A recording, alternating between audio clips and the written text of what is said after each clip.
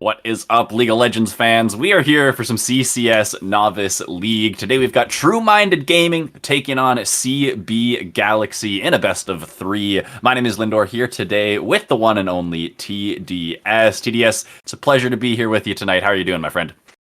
As always, it's exciting. It's been a while as well. I feel like we haven't had a lot of opportunities to guest together, so I'm excited Yeah. for today with a match that seems to be really interesting. If not for a little bit of a hiccup of my on my part with time zone changes, I hate them so much because it does like make myself lose track of time sometimes. We would have already started, but it's okay. The game is going to be great. I'm gonna have fun, and we're gonna be seeing a lot of great games tonight. The show must go on, and it will do exactly that. We are jumping into the bands here for game number one. It's True Minded Gaming on the blue side here for this first match. That means CB Galaxy are going to be on the red side. A couple bands coming through here so far. Just the Udyr going to get taken away. A little bit of a pocket pick and a nod there to Sutek's jungle pick.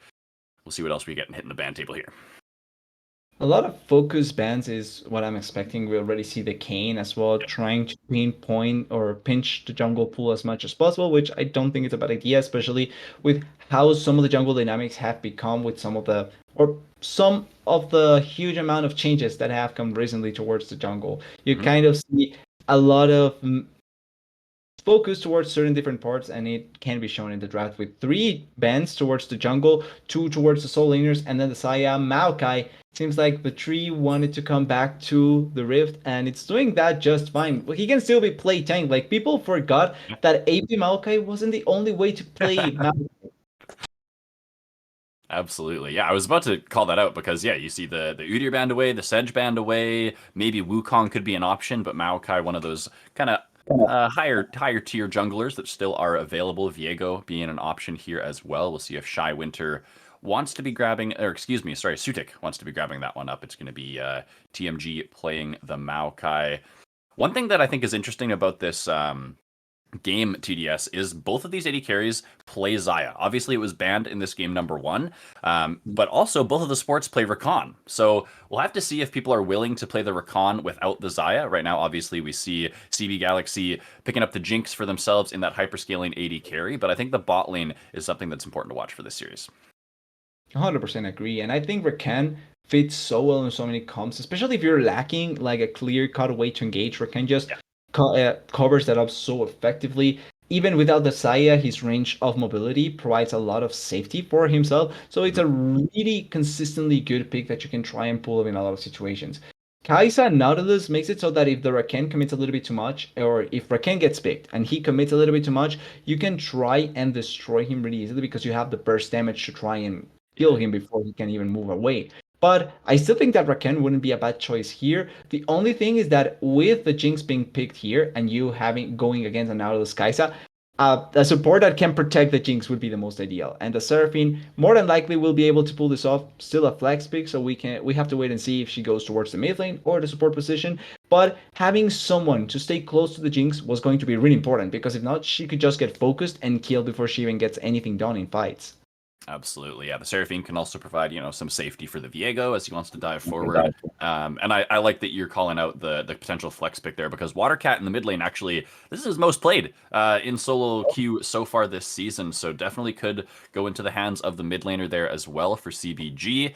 But we'll head into the second phase of bans here. So far, Olaf gonna get taken off the table. Urgot as well. Some focus towards this top lane. Interesting. Well, Olaf could still be flexed. There's still madmen out there that do like their Olaf jungle, and Viego solo lane can also be a thing. So I will never take away from the fact of the potential flexes, but all in all, like you're pointing out, solo lane focus seems to make a lot of sense when you try to pinpoint where the champions may end up going. The Jax would fit that criteria, same with Irelia, but she's still flex potential. I think Camille would be a really nice one, especially if TMG needs to blind a top laner, because Camille is one of those top laners like Lindorr that you can pick in almost any situation and you can feel comfortable enough that you can try and face them. So it wouldn't be against the Camille in that regard. It will be now shown if it's going to be a support Seraphine or a mid lane Seraphine. With this Braum pick, pretty much going to be the mid lane Seraphine picked up. Yeah, I think the Braum makes a lot of sense, right? We're seeing a lot of dive on the side of TMG. They've got point and click knockdown, lockdown with the Nautilus ult, the the Maokai W, excuse me. So Braum being able to stand in front of that Jinx, block up maybe the Maokai ult with that shield, and then hopefully try and protect him from some of the Kai'Sa damage and some of the dive that's coming through. And then, of course, you have the Seraphine there as well as kind of a pseudo second support to keep that Jinx up and healthy. So I think I like the answer here from CBG. TMG are just going to keep on slamming some dive into this draft, though. Lissandra locked in. Well, they essentially kind of pigeonhole themselves with that when they went for the Kai'Sa Nautilus, because if you don't have a team that wants to follow on with the Kai'Sa towards the backline, then you're kind of playing away from her dynamic. So I like the Alessandra in that regard. Like, the team identity feels really consistent with this. They can go for a tank maybe that wants to go engage in something like a Sion, wouldn't be bad. The Jax, it's a mix between.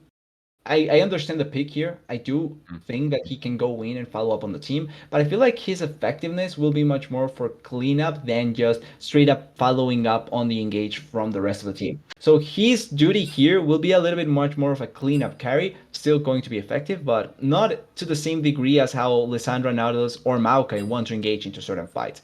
But here, now you have the onus to pick whatever you want in the top lane and try and counter it effectively. Oh. Ooh. Set for Sakroza. Okay. Sakroza definitely something who plays a lot of bruisers. I think the set makes a lot of sense here. One thing I'm noticing though, TDS CBG don't have a lot of magic damage. It's really just the Seraphine.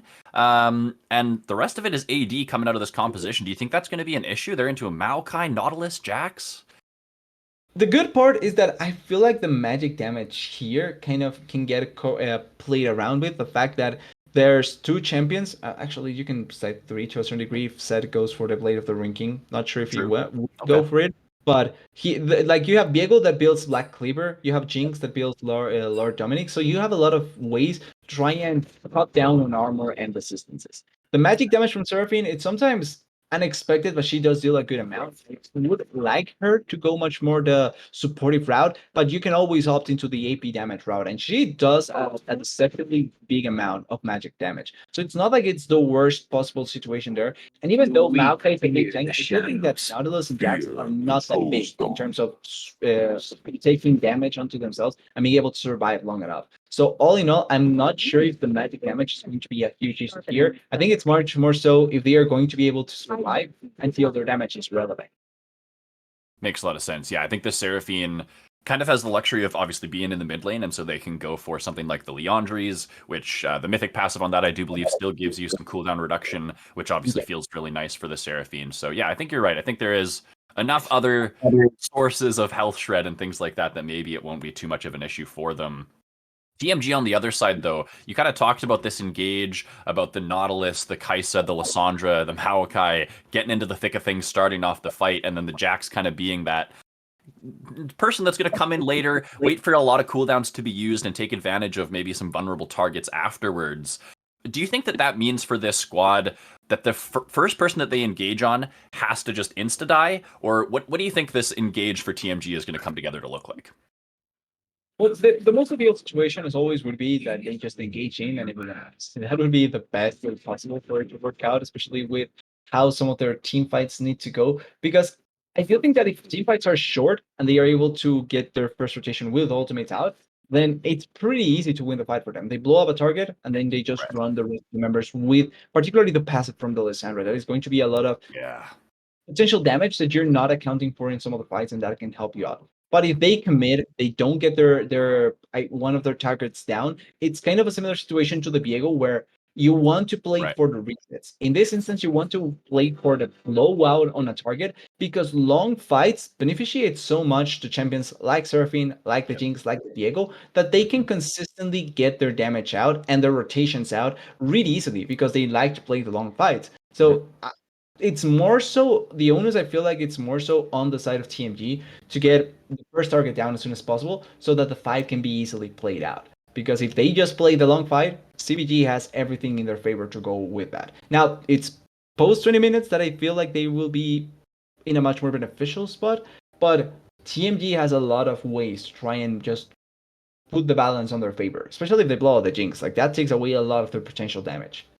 Yeah, and they've got so many angles to come in, right? They've got Maokai ultimate from the side. You can flash W in there. Lysandra can find flank angles with the Claw, and of course the Nautilus, which we talked about too. So yeah, I think you're right. Onus on TMG to make the plays, find the right targets, find the right engages. But if they don't aren't able to get that damage off, CBG can get a kill back. They're going to get Viego resets. They're going to get Jinx resets, and they're just going to go crazy on those fights. So yeah, I think a lot of pressure on that first initial engage in these fights, specifically for TMG. We're going to see if CBG have what it takes to find the answer in this game number 1. We'll take a short little break here as we load onto the Rift. We'll meet you guys on the other side for game 1.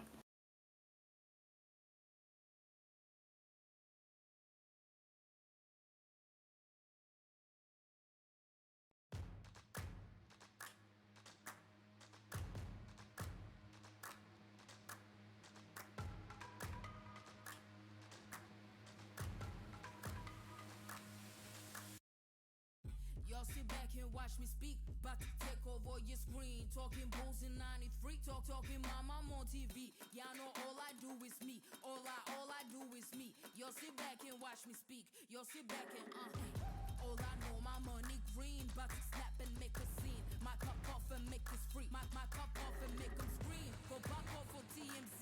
Y'all sit back and watch me speak. Y'all sit back and watch me speak. Y'all sit back and watch. Watch me. Watch me. Watch me. Sit back and watch. Sit back. Sit back. Sit back.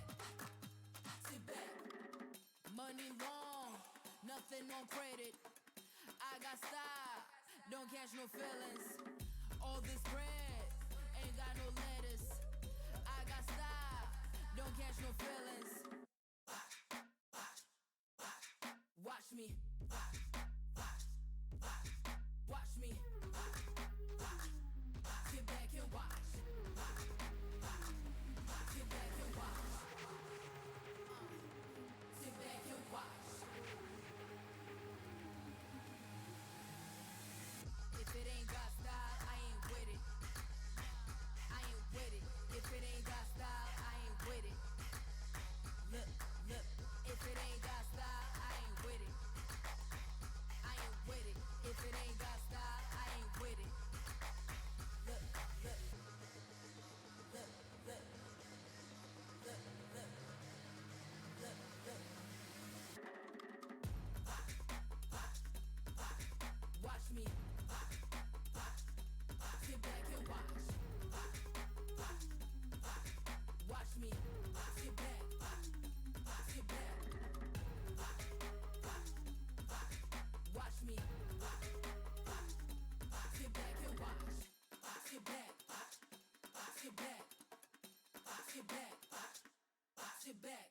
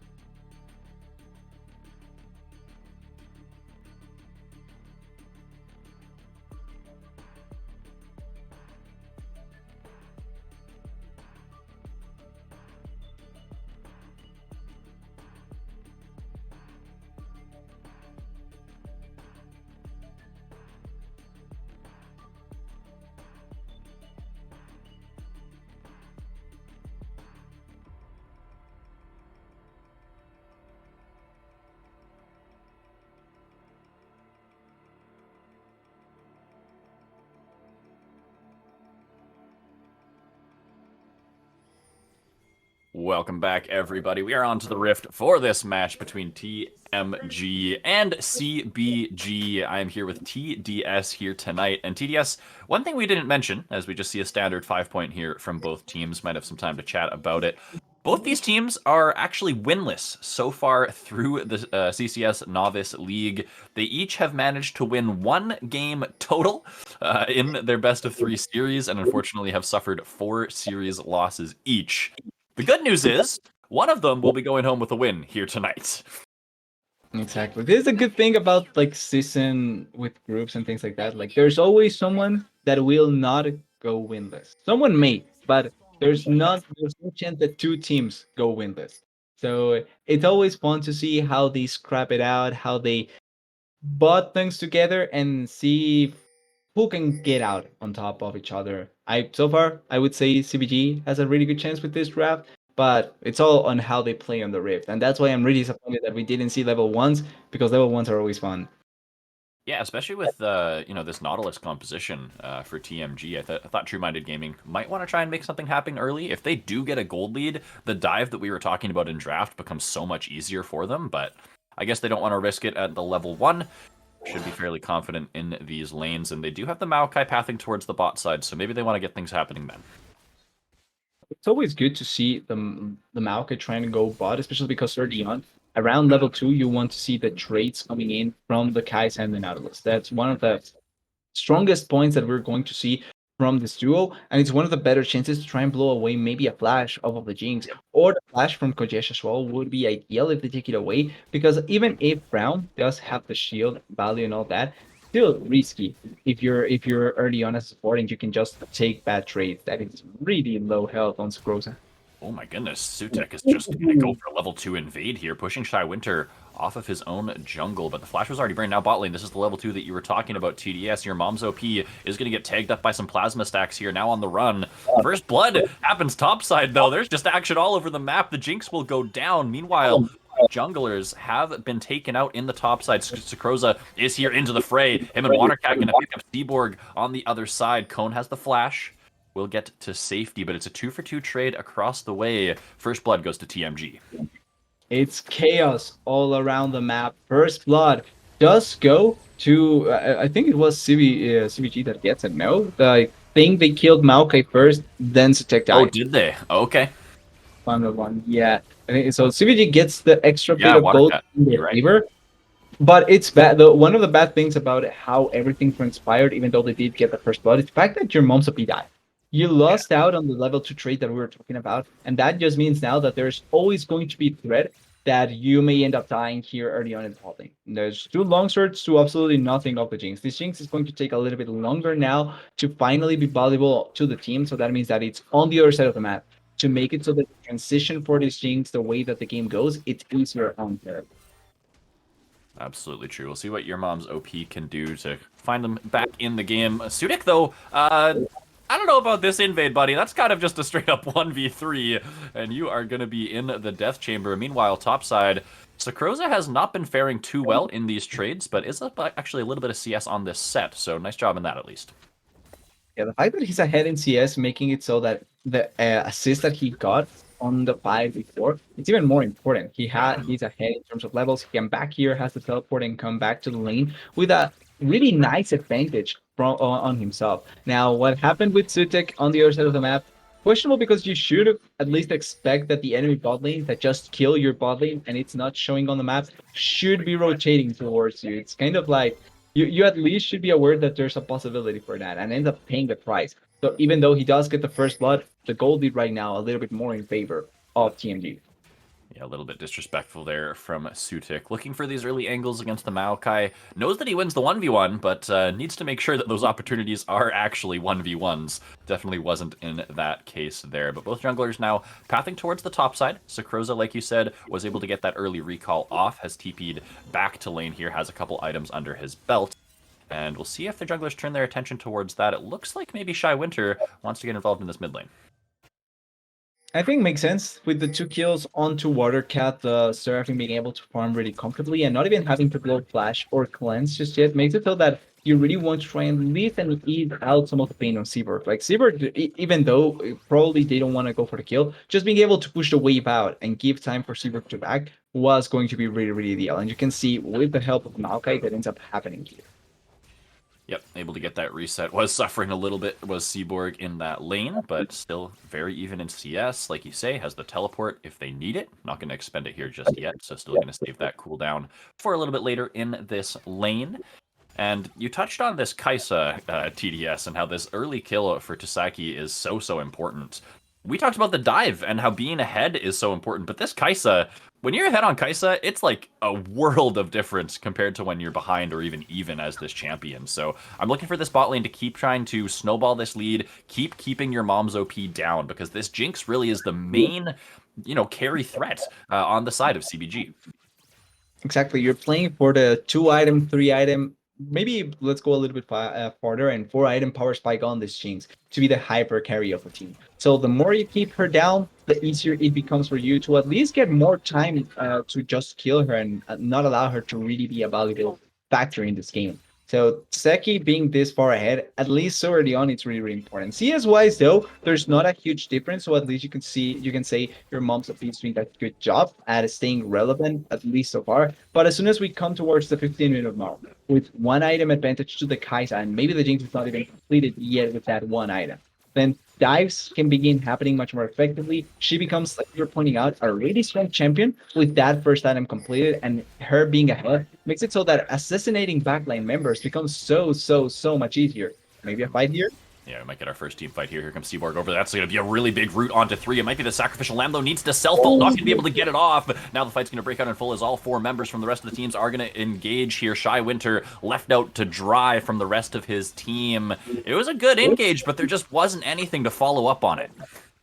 The idea is really good, but here is one of those fights where your focus shouldn't be the Jinx. It should Watercat on the Seraphine, because with the early advantage that the Seraphine has, the Encore value, we saw it in that fight, and no one really to block it out. They just were able to pile so much damage onto the first target, kill him, and as soon as Viego gets resets, you have to get out of there immediately. It worked out so well for CBG. I think they played it out really nicely. And now the difference or the deficit that was showing a little bit in bot lane is beginning to cover up. The Jinx comes with Berserker boots and pickaxe to the lane. That's huge for your mom's OP. And one thing that I noticed actually is Seaborg, I thought he was looking for the self-fault in the middle of 4 members, but he actually went for the aggressive Glacial Tomb.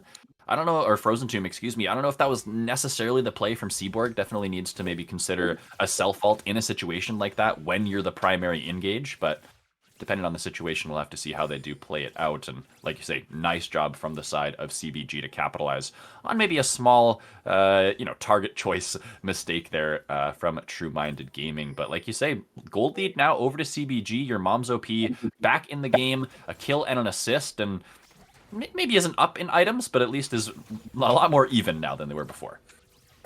And even for CBG is better. Like they don't need to be far ahead. They can. Don't get me wrong, being far ahead is always great. But being even or close to even for them is always going to be better than for TMG, because TMG is playing for earlier spikes, for earlier fights.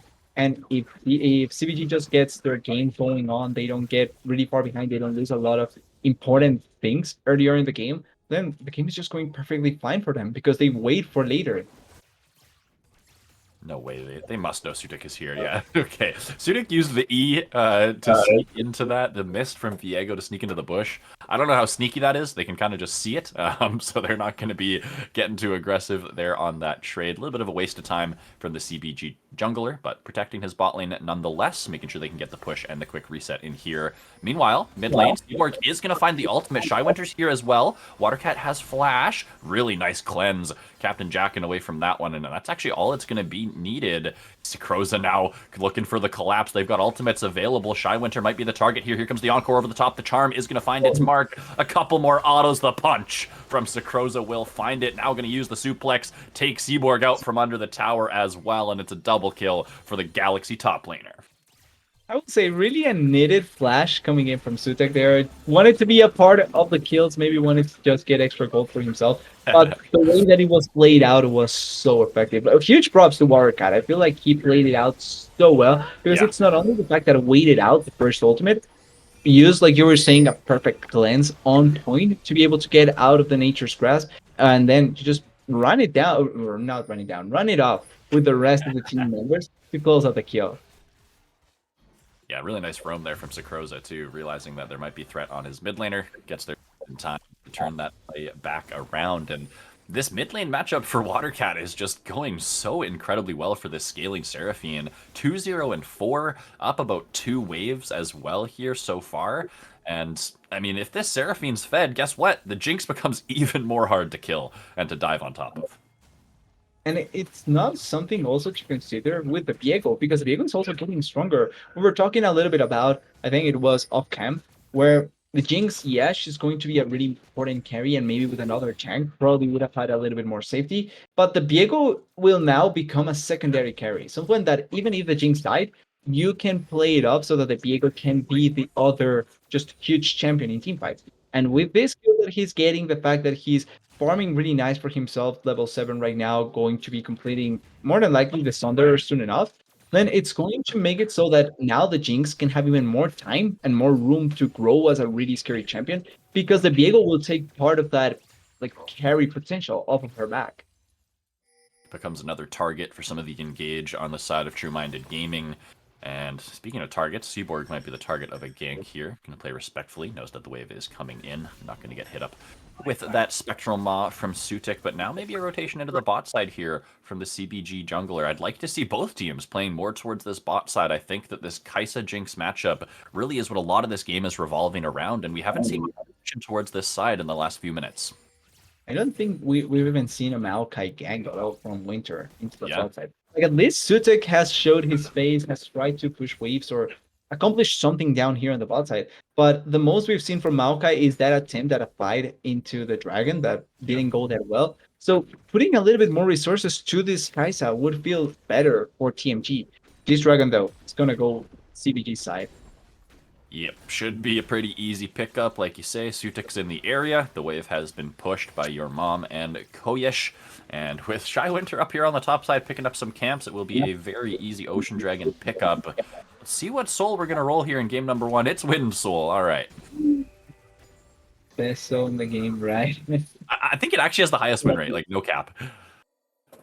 Like this is always the thing that I hate the soul so much, but like it's so consistent that we see that even in games that probably already defined, if you get the soul, like it counts. Yeah. That's true. Maybe it's just more the most common soul. I don't know, but I think Wind Soul for Jinx feels pretty good. When you get the resets and get excited, you're gonna have a little bit of extra movement speed. Might need some extra movement speed now though. Taco Cat looking for an engage. Gonna find the depth charge. It's gonna be the Killer Instinct right on top of this Jinx, who has to use both summoners and run for the hills. Koyesh as well, gonna have to burn that flash. Don't know if that was necessary, but just wants to keep it safe. Make sure they don't get anything out of that engage. But this is the thing. You can see how just with the two of them, they were able to blow everything out from both Koyesh and your mom's opinion. If you see that this is happening with their bot lane alone, then bringing 1 or 2 more members should suffice to get a kill down there. And that's something that that TMG is lacking on doing. Like they should just put the resources down there. Especially because now I didn't mention this, but I just realized mom's opinion didn't bring cleanse against so much CC. So there's a really good chance that 1 bit of CC just means the death of the Jinx, but they don't have follow-up down there to just be able to kill her. Well, especially now with no summoners on the Jinx. Taco Cat getting a little bit caught out here by Sutik, but Shy Winter's in the area and no real reinforcements on the way, but now they're here for the side of CBG. Gonna get some vision down here in the red side, and I think maybe they're realizing what you just realized, TDS. They're like, okay, that 2v2 didn't go our way. We blew all our summoner spells. Let's make sure we get some good vision bot side, try to protect our Jinx from some of those other members coming around and ruining our scaling carry's life just a little bit. Lots of vision littered down in this bot side quadrant. If someone is walking by with their pants down, they will see it. Like it's literally completely lit up. They have every bit of information they need to know, and the turret is almost down, so it's not like the Jinx needs to stay longer down here than mid. Like as long as they take this turret down, that's it. They don't need to do anything more. They already took down mid lane turret, so opening up the map so much, and then even more so now with this next exploration. Potential dive angle here from CB Gaming, but it's read quite well by TMG. They've got Lysandra and Maokai on the way. Lysandra obviously going to get spotted walking through the net of wards that we see, lots of vision down that we were just talking about. But actually, going back towards that mid side, and maybe this is the opportunity for Sudik. They're going to go for it. Oh, that's a huge encore. It's going to land on 3, but they're still under tower. Koyesh tanking it up right now. Taco Cat is going to be the target. Sudik is trying to flash. He's trying to get the resets, but no, he gets taken out himself. Now Koyesh is in a world of pain. Your mom and Watercat are going to have to evacuate the premises. The Lysandra's here. The killer instinct is in. Shy Winter picks up another. It's 3 dead already on the side of CB Galaxy. They're throwing their lead just a little bit here. Nice response from TMG. They tried to go aggressive with that play, and don't get me wrong, the idea is not necessarily bad, but the way that they executed on it wasn't good at all. They missed out on some of the abilities. They still played with the fact that there was flash and cleanse from Seki. So it was going to be hard to lock her down. It's one thing when you respond to the engage from the other team because they are the ones committing, they are the ones running into you. But when you're the one starting, you just anchor first thing, you use Kuyesh's ultimate first thing, dive in with Sutek as well. It makes it so that answering back to you is not that difficult, especially some of these champions. They'd rather be engaged on than be the engagers. And they also happen to be below a turret, so they're taking so much extra damage that is really not needed to take there. And at the end, they end up losing the fight. It doesn't turn into a gold, really bad play because they are still ahead in gold. Yeah. But it's something that you shouldn't try and pull up because it just takes away from the gold that you obtained previously. Yeah, I think using that pressure to crack this tower, like you were kind of talking about, might have been a little bit more important than actually going full on for the dive. Because, I mean, look at this. They can just pull more members down for TMG. They're going to defend this tower continuously, try to keep Jinx locked in this lane. But Sudik is here. Going a little bit forward. Your mom's OP is not in a good position, and they're outnumbered 4-3. Sudik is just in a world of pain once again here, going to get taken out as Saki's on a killing spree. 3-0 now on this Kaisa, and it's another play in the bot lane. Going to go the way of TMG. Dragon spawning in 30 seconds. It was just like 5 or 4 seconds before Sutek's ultimate came back, and that could have been the difference between him dying there or not. But really nice collapse, really nice skill onto Sutek. And it feels like with the turret falling down on the mid lane, it opened up for the Lysandra to finally move around the map and find more angles to pressure the rest of the map, because so far the better movements have been pulled off by the side of TMG. But I may be here for Dragon. Yeah, TMG thought they had full control of this dragon area, but DBG, they say, no, we got to teleport, we got to set here, we still have a Jinx, and everyone's respawned and back on the map. Sudik is here and has that Heartbreaker like he didn't have for that last fight. Dragon's going to be the target here, going to try and burst this one down. The Encore, actually, excuse me, that wasn't the Encore at all.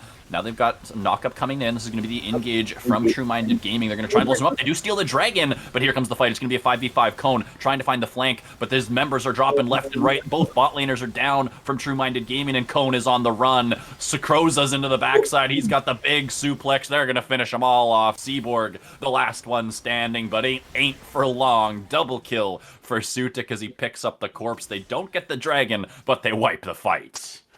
Exactly. The Dragon is a commodity at this point. They gave it up to get the more important things, the kills, and they get a full team wipe.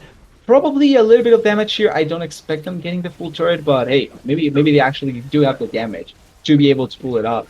And this is now the team fighting that could have been the most dangerous thing for TMG. Just feels like completely something that you can neglect because they already won against it. Yeah, I mean, like you said earlier, when you're at an even game state, you're happy for the side of CB Galaxy. When you're better than even, when you're up 5,000 gold with a scaling composition like this, you just feel so confident. You kind of just can sit back and chill, wait for them to come to you, right? Wait for them to go for the engages. You know you have the answers with the Braum ult, the Seraphine ult, the Jinx damage, even, Sakroza just throwing people off the back line. And it feels a little bit doomed now for the side of True Minded Gaming, right? We thought they could maybe snowball through bot side. Yes, the Kaisa is still strong, but the rest of the members, they're not quite going to pack as much of a punch when they go for these dives, when they look to pick off some of those carry members of CB Gaming. It's not tank Maokai. Okay, yeah, this is not going to be that fun for you, Maokai. You're not going to survive that. But like you're putting out, the idea with the Kaisa was okay. It wasn't a bad idea if you can commit to it and pull it off well enough. Which to some degree it did happen after the first tower fell down. They did get a couple of kills onto the Kai'Sa. They were trying to pull off a play, but it also means that when you're playing against something like the Seraphine, like the Braum, like the Viego that can dive on top of certain champions, and the Kai'Sa gets jumped on so effectively at the start of a fight and she dies, you're lacking on everywhere else. Like nobody could clean up the fight because the main damage dealer Kai'Sa was dead, and nobody has the damage to follow up on them. Ooh, another skirmish here in the mid lane. Your mom is going to be the target of the death charge, but Kai'Sa's into the backside, and Kai'Sa's just dead. See you later, Taseki. Taco Cat, you will have to die for your sins as well. That is not the fight that True Minded Gaming want, but I can see why they're going for things, right? It feels a little bit desperate. Wanted to try the pick-off. Unfortunately, that was not the moment. But topside, Seaborg's looking for the solo bolo here. Watercat, he's got it. Oh, the encore makes the difference. They committed everything, and at the end, the Seraphine stays victor in that fight. With that, they go for the Baron. Well, they were going to go for Baron even if Seabird doesn't die there, but now it's pretty sure that they are going Flash, though. Maybe the Falcon's good. He's got Smite. They don't see him. Okay, now he's going to get locked up just a little bit. They're playing this rather slow. They don't want to give him an opportunity into the pit. They're going to try and chunk him out as much as they can. Keep that Baron at 2,000 HP. I like how CB Gaming play this, but oh, now Shywin just, oh, he stole it! You have to be kidding me! The Flash, the Smite, they were so patient, but they didn't wait long enough, and the tree comes in with the steal. So I'm really curious, why didn't just someone go over the wall and Yeah. Like, you don't need to have 4 people there, old Tekka. Having a flash away. Does have the ultimate. We'll try and make some space here. Okay. Heartbreaker over the wall. He's still on the run, though. Jax is coming on the other side. He's got to be dead. There's no way he gets away. Yeah, the flank from TMG Cone is going to see him. He's still invisible. He's got some jukes. He's got this. Oh, okay. We're going to invest a flash. We really want this kill. This Viego is worth some shutdown gold, and that's into the pockets of the Kai'Sa. So the commitment here for the Viego, I actually think it's not good, even though you get the shutdown, because you pretty much lost out on a lot of the duration of the Baron here. Yes, you killed the Viego, but Viego will be up for the next dragon, so that's really not going to change much. And then, yes, you take down 2 turrets down in the bot side, but that's because the reaction from the side of CBG wasn't really that fast. Now, you need to utilize your Baron's uptime the best possible. I think it's just the Jax that has it. No, Kai'Sa, Nautilus, and Jax has it. The Lissandra doesn't, and the Maokai doesn't either.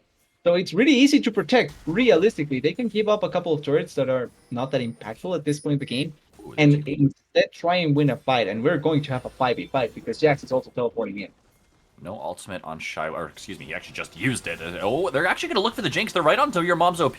Like you say, no cleanse. This is just going to be a massive CC chain. Can they take out the Jinx? Yes, there it is. The first kill goes through, but now can the rest of the team look to turn this one around? Watercat in the backline still looking very safe. There's low health bars on the side of True Minded Gaming. There's resets for Sutik, but is it enough? Tasaki standing tall. Sakroza's now in the middle of 4 all alone, trying to fight this out as just one punchy boy, but he doesn't have enough fists. Shy Winter and the rest of TMG, they find their fight. They're going to secure their second drag.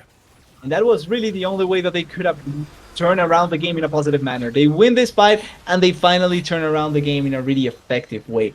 A lot of credit goes to TMG for how they played. I think it's both credit to TMG and a lot of miscredit or credit taken away. Yeah.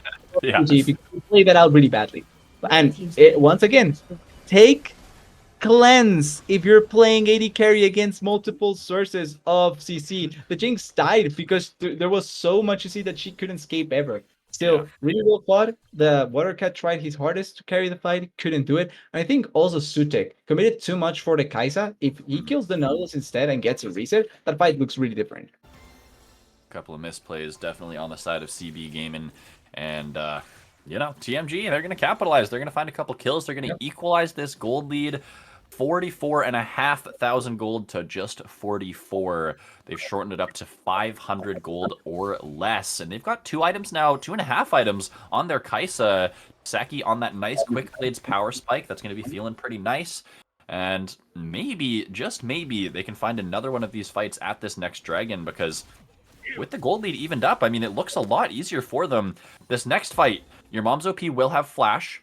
so he has that to keep himself safe, but I don't know how much that helps against this CC chain. If you get frozen tombed, you can't flash out of that.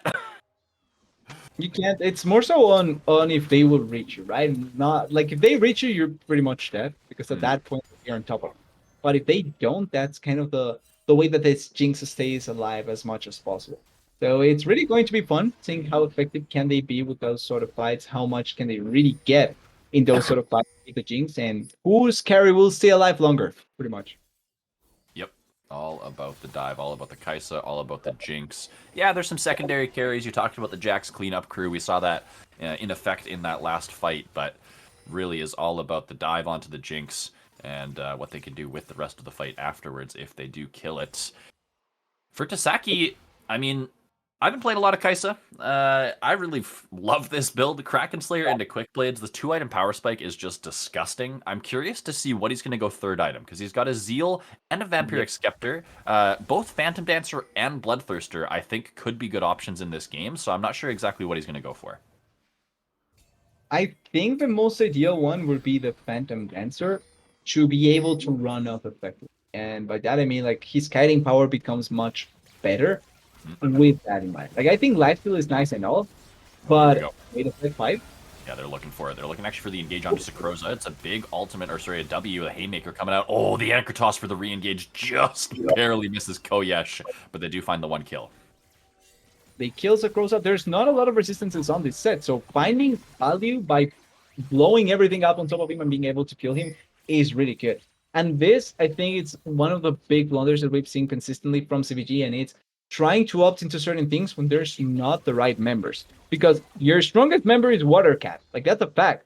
And it's not even close, that pick, to that fight at all. It was just coming off of River. So the timing that TMG took advantage of was really, really good. And that's why we see such an easy kill that didn't even collapse into any sort of fight or anything like that. Yeah, just one easy pick. Map pressure goes to the side of True Minded Gaming. We're going to get some more CS here on their Kaisa. Cone up in the top side, continuing to scale on this Jax. Very, very close to finishing that Death Stance as the third item. And we talked a little bit, about the scaling of Watercat and of your mom's OP on the Seraphine and the Jinx, but we haven't talked about the scaling on the other side. Cone on this Jax, nearing that 3-item power spike, as I mentioned. And this Kaisa, of course, I mean, very, very good scaling AD carry in her own right. They're going to start up the Baron here. They are on vision. Okay, a couple control words go down, but this should be known by the side of CB Gaming. They might want to collapse. Maybe they just give it.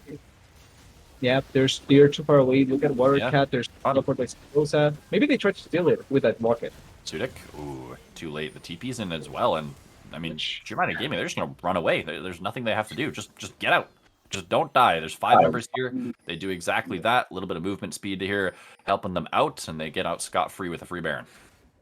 There was never a possibility to contest this. Like, the only thing you can do is rocket, because their teleport will never be on time with the rest of the members coming in. Like, the Baron is already dead by that point. And guess what happens? The Baron dies. And guess what happens? There's no fight.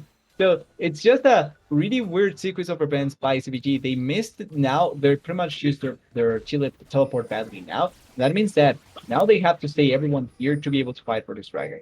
But the good thing is that more than likely, TMG will try and fight for this dragon. Well, they do have Baron Pop. They can just ignore it. Really. Yeah, they're just going to go mid. They get so much here. Dragon's going to go down relatively quickly here. This Jinx Rocket is for maybe some wave clear in the mid lane, but those are Baroned up minions, so the objective trade does go through. The nice thing for CB Galaxy is they did get the mid tower of their own, so it's kind of just an even objective trade in terms of towers, and they get the dragon. But still, I think a pretty decent play here for the side of TMG. Maybe they could have gone for that fight. I don't know. Gold-wise, like the play gold-wise is the smarter one when you think about it, because it's getting more turrets in the safest approach possible, because now they didn't need to commit a lot of members for it to work out. I still think that it was better to try and commit for the inhibitor here, because we're still running with the same thing. A quick thing. There's a quick silver sash now on the Jinx, so maybe that's the extra bit she needed to really be able to escape the huge amount of CT, but I'm not sure just yet. But they are still running with a timer. Yes, they got the Baron. Yes, you have the Jax that is feeling that much better, and you've been able to win a couple of fights here and there.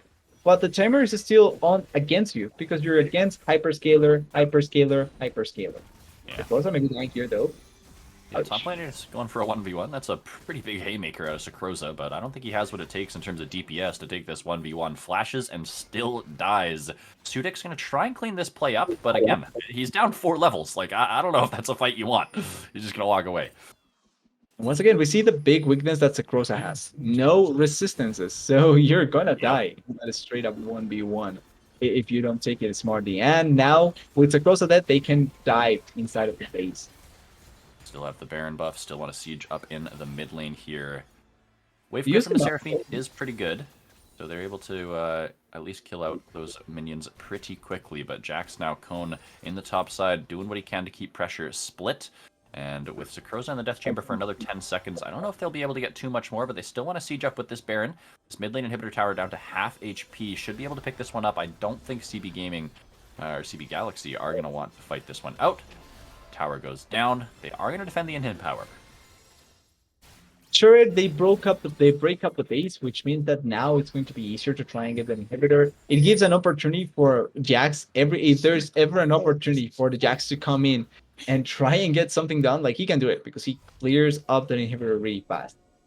So not the worst of trades, or actually I think for TMG, one of the better trades they could have done since they got the turret for nothing in comparison. Like they didn't lose anything else. Be careful here though. Yeah. Wants it. He's on to Sasaki. He's got team looking ready to follow him up, but he's going to be the target. I don't think he really wants to die here. Good shield's going to keep him alive. Taco Cat's going to go down. Sasaki wants to try and trade the kill, but there's so many heals coming out of Water Cat. They're still going to keep going forward, and the AD carry dies. Seaborg now has to flash away, but he's got nowhere to run. Little bit of a mistake there from TMG, but CB Gaming with a very creative catch here on the top side. And that was the only worry. If you get out with the inhibitor turret and nothing else lost on the map, perfect.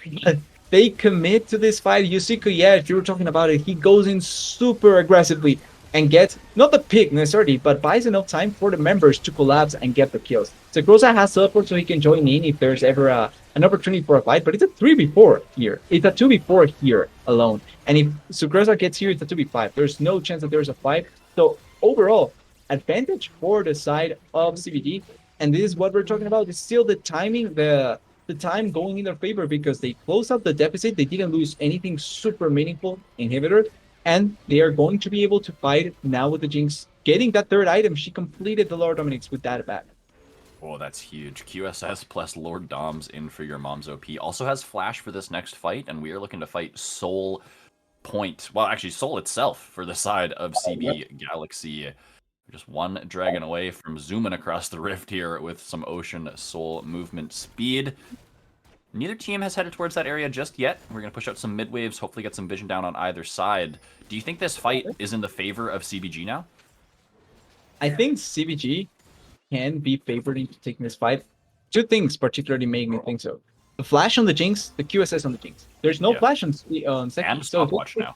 She can flash away. Lots of defensive tools available for your mom's OP. It looks like they are going to sacrifice river priority, at least for the time being. Still need to clear one more wave with 30 seconds on this drag.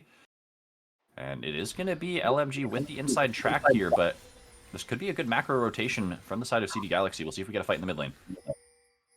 So Lissandra's not here. She doesn't have teleport. Feels like a little bit too difficult. I was thinking CBG could go for Baron instead of Dragon if they think it's the more important objective. Like, I honestly think TMG should give up this dragon, not even fight it, because Soul Elder is much more valuable than Soul.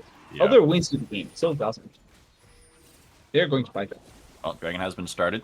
Galaxy are going to be the first ones onto this objective. Taco Cat looking like he wants to go for something, but maybe it's just a steal angle once again from Shy Winter. He has had Sudik's number. He's into the pit. Can he steal it? Oh my gosh, it's 3 in a row for the Maokai. Sakroza's in the middle here. CB Gaming should be able to clean up the fight. I think Seaborg went a little bit too deep, but now Sakroza over the wall. Sudik's coming in as well here. He stole the Lissandra, and he is going to be using that corpse to turn it back around on him. Cone has to flash over the wall. Maokai goes down. Jinx Rocket not quite going to find its mark, but now CB Galaxy, they could be on the victory push here. Maybe not. Death Timer's a little too short and only 2 dead, but they find their soul, or they don't find their soul. They get it stolen, but again, they find their fight. I don't know, man. Shy Winter just, with these smites, he's too damn good. Doing a really good job at keeping his team as alive as possible, but it's going to be at least destroyed if they want, if they really want it. and probably the Baron buff. Because as soon as they clear this up, it's going to the Baron. They cannot finish the game like you're pointing out. 20 seconds. It's not that long of dead timers to be able to play with. But Baron is in the horizon. They have the damage. They have the champions. And that's the big thing. I'm not sure. Like, once again, I don't think the Dragon is that worthy Yeah. of you doing everything. Try and just get it when Baron was just spawning. Elder comes up in 5 minutes. There's three members that maybe can fight. Seaberg has teleport, so they can try and commit if they really think about it, but it seems like it's not going to be the case. Yeah, I could see an angle where Shy Winter goes for that steal and the rest of the team just leaves, right? If they get that, actually, excuse me, Taco Cat is, he's in, and now he's out. Not in a good way. He's going to get taken out by the remaining members of CB Galaxy. They're now going to evacuate. They're wearing purple, feeling confident. But yeah, back to that dragon play. I think for Shy Winter, like, going for that steal is totally reasonable, right? But the play has to be, the call has to be, I'm going for the steal, you guys get out. As soon as Seaboard goes in and dies, it looks a little bit less good, right? They're down 2 players now instead of just the 1. Yeah, they stopped the soul, but they lose their middle inhibitor, and things are not going so good now. They lose the Baron as well. So yeah, a little bit of an overcommitment on that dragon fight for sure. It would have been the best of the worst because like losing your jungler would still be bad, but a turnaround in a tight area with something like Alessandra, with a Kaisa, with a Jax, then okay, you can see the argument. But like you're pointing out, like if 2 members die, now Baron is impossible to contest because it's too little people, and they didn't even commit that much to get those kills. Well, Yeah. maybe into the second one they did commit the anchor and a little bit more. But Jinx was still with Flash, with Ghost coming up, so it's not like she was at any risk of anything else after that. It's really tough. I think TMG has had good resurgence moments, but the tight decisions have not been their best. The key moments not quite going their way. Yeah, they get a couple fights, they win here and there, but might not be enough. But they're looking for an engage here. Oh, it's on the other side.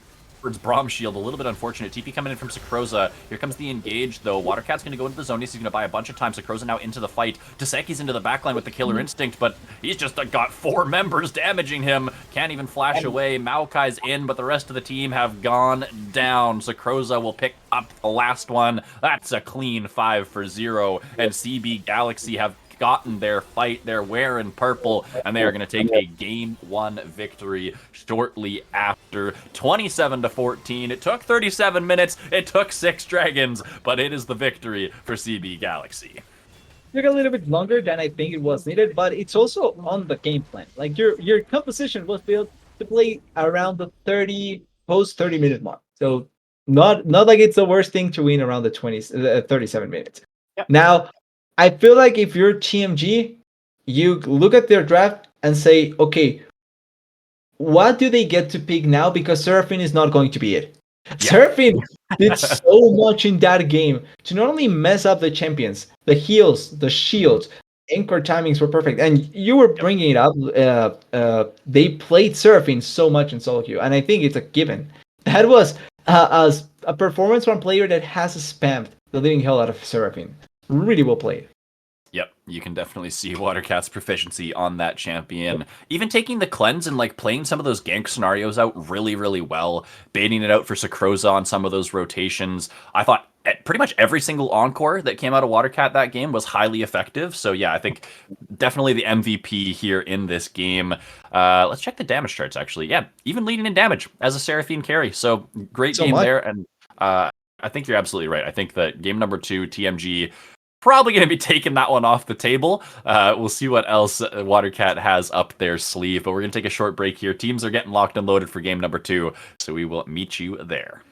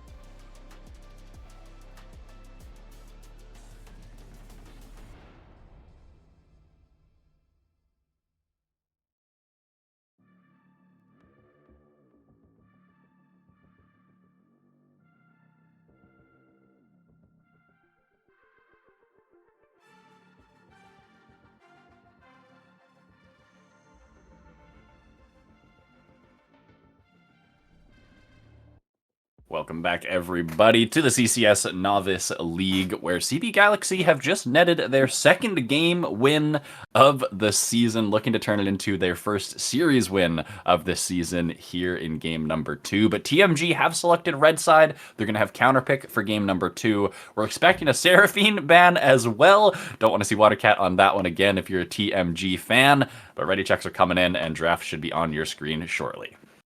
We knew one of these teams was going to get another victory. We did like not only match victory, but game series victory. So already starting really good for CBG. Now they need to try and close it out. And that's something that maybe may turn out to be a little bit harder for these teams that don't have experience in that. They've lost a lot, sadly, for them. So it's going to be now on them to be able to close it out. We're going to get the bans going through in this game. They changed sides, so now for CB, I think it's even more so important now for TMG to ban it away, because you can just first pick it here, and you can always play it really well because you can flex the champion effectively. Ooh, CB even banning their own Jinx here, so that if the Seraphine is up, they can pick it themselves. Xayah has slipped through the bans, and there it is, insta-locked. As soon as they banned the Jinx and the Seraphine was the only thing left to be banned, it has to be the Xayah. But you brought it up in the first game, right? To the two players, the 280 carries play the Xayah, so it's going to be a contested pick if it's left open, if it gets left open, and they picked it up immediately. Now, the answers for TMG. I think going for the same idea wouldn't necessarily be bad with the Kais and Nautilus. Now having maybe a different set of champions to follow them up would be good, but the idea wouldn't be that bad if they opted into it. Sejuani feels similar to the Maokai in how you approach it with engage and disengage, really effective tank jungler that can get a lot done in the map, and then you have a Varus that is a consistent AD carry that can win the lane as well. Yeah, Varus has a little bit of a range advantage against the Xayah, at least in terms of some abilities. And I feel like CB are just going to slam Rakan right here. I don't think there's any other option for them. Makes a ton of sense. They've played it a ton. Koyesh loves this champ. I was looking at just a few of their games from earlier on in this season, and it's like Rakan every game, even when it's not with Xayah. So no surprise there. What is surprising is we're getting a Scorpion in this game. I don't know where that's coming from. And someone picking Skarner makes Captain Flowers happy somewhere, because he really loves the champion. I'm not against this Skarner here. I think that it's an undervalued champion in what he brings forward, but it's also a champion that we don't typically see pick, because there's probably some champions that do the things that Skarner wants to do a little bit more effectively. Now, against a Varus, against a Renata, forcing to buy the QSS is always great. So it takes away from their potential income to really be able to deal damage. And if you have setup like with the Rakan, which is something that I really like now, they're pairing with the Skarner. If the Skarner goes in and then the Rakan immediately comes from who knows where, jumps on top of them with the charm, with the Skarner following up with the what is it called? Stinger. Yeah, the Impale. Then it makes it so much easier to have a lot of engaged potential without having the risk of Skarner going in alone, which is something that typically happens and why Thresh becomes really strong with the champion. So really like the idea. The Renata, though, a really smart answer for Rakan and Skarner with the ultimate value. Yeah, ultimate value as well as the bailout to potentially stop that one target from going down while in the clutches of the Skarner. Lots of solo lane bans here in the second ban phase. Urgot, Olaf, Aurelia, Victor, all hitting the ban table. And we'll see what TMG want to pick up here. But I just did some nice little scouting on Sutik. He has played Skarner a grand total of 0 times in solo queue so far this year. Hey, it's not a hard champ, but not a lot of practice, at least in ranked for him on that pick. So a little bit interesting. Maybe it's a hidden pocket pick that he's practicing on a different account, but nonetheless, TMG, they're going to grab themselves some control mage power in the mid lane. It's Syndra locked in, saving that counter pick in the top side. So CB Gaming, they'll lock in that nice and safe blind pick Ornn. So I wanted to have fun and say that what if it's a Skarner top lane, but Ornn gets picked, so pretty much everything I was goes thinking out. that too, but Sakroza doesn't play it either, so...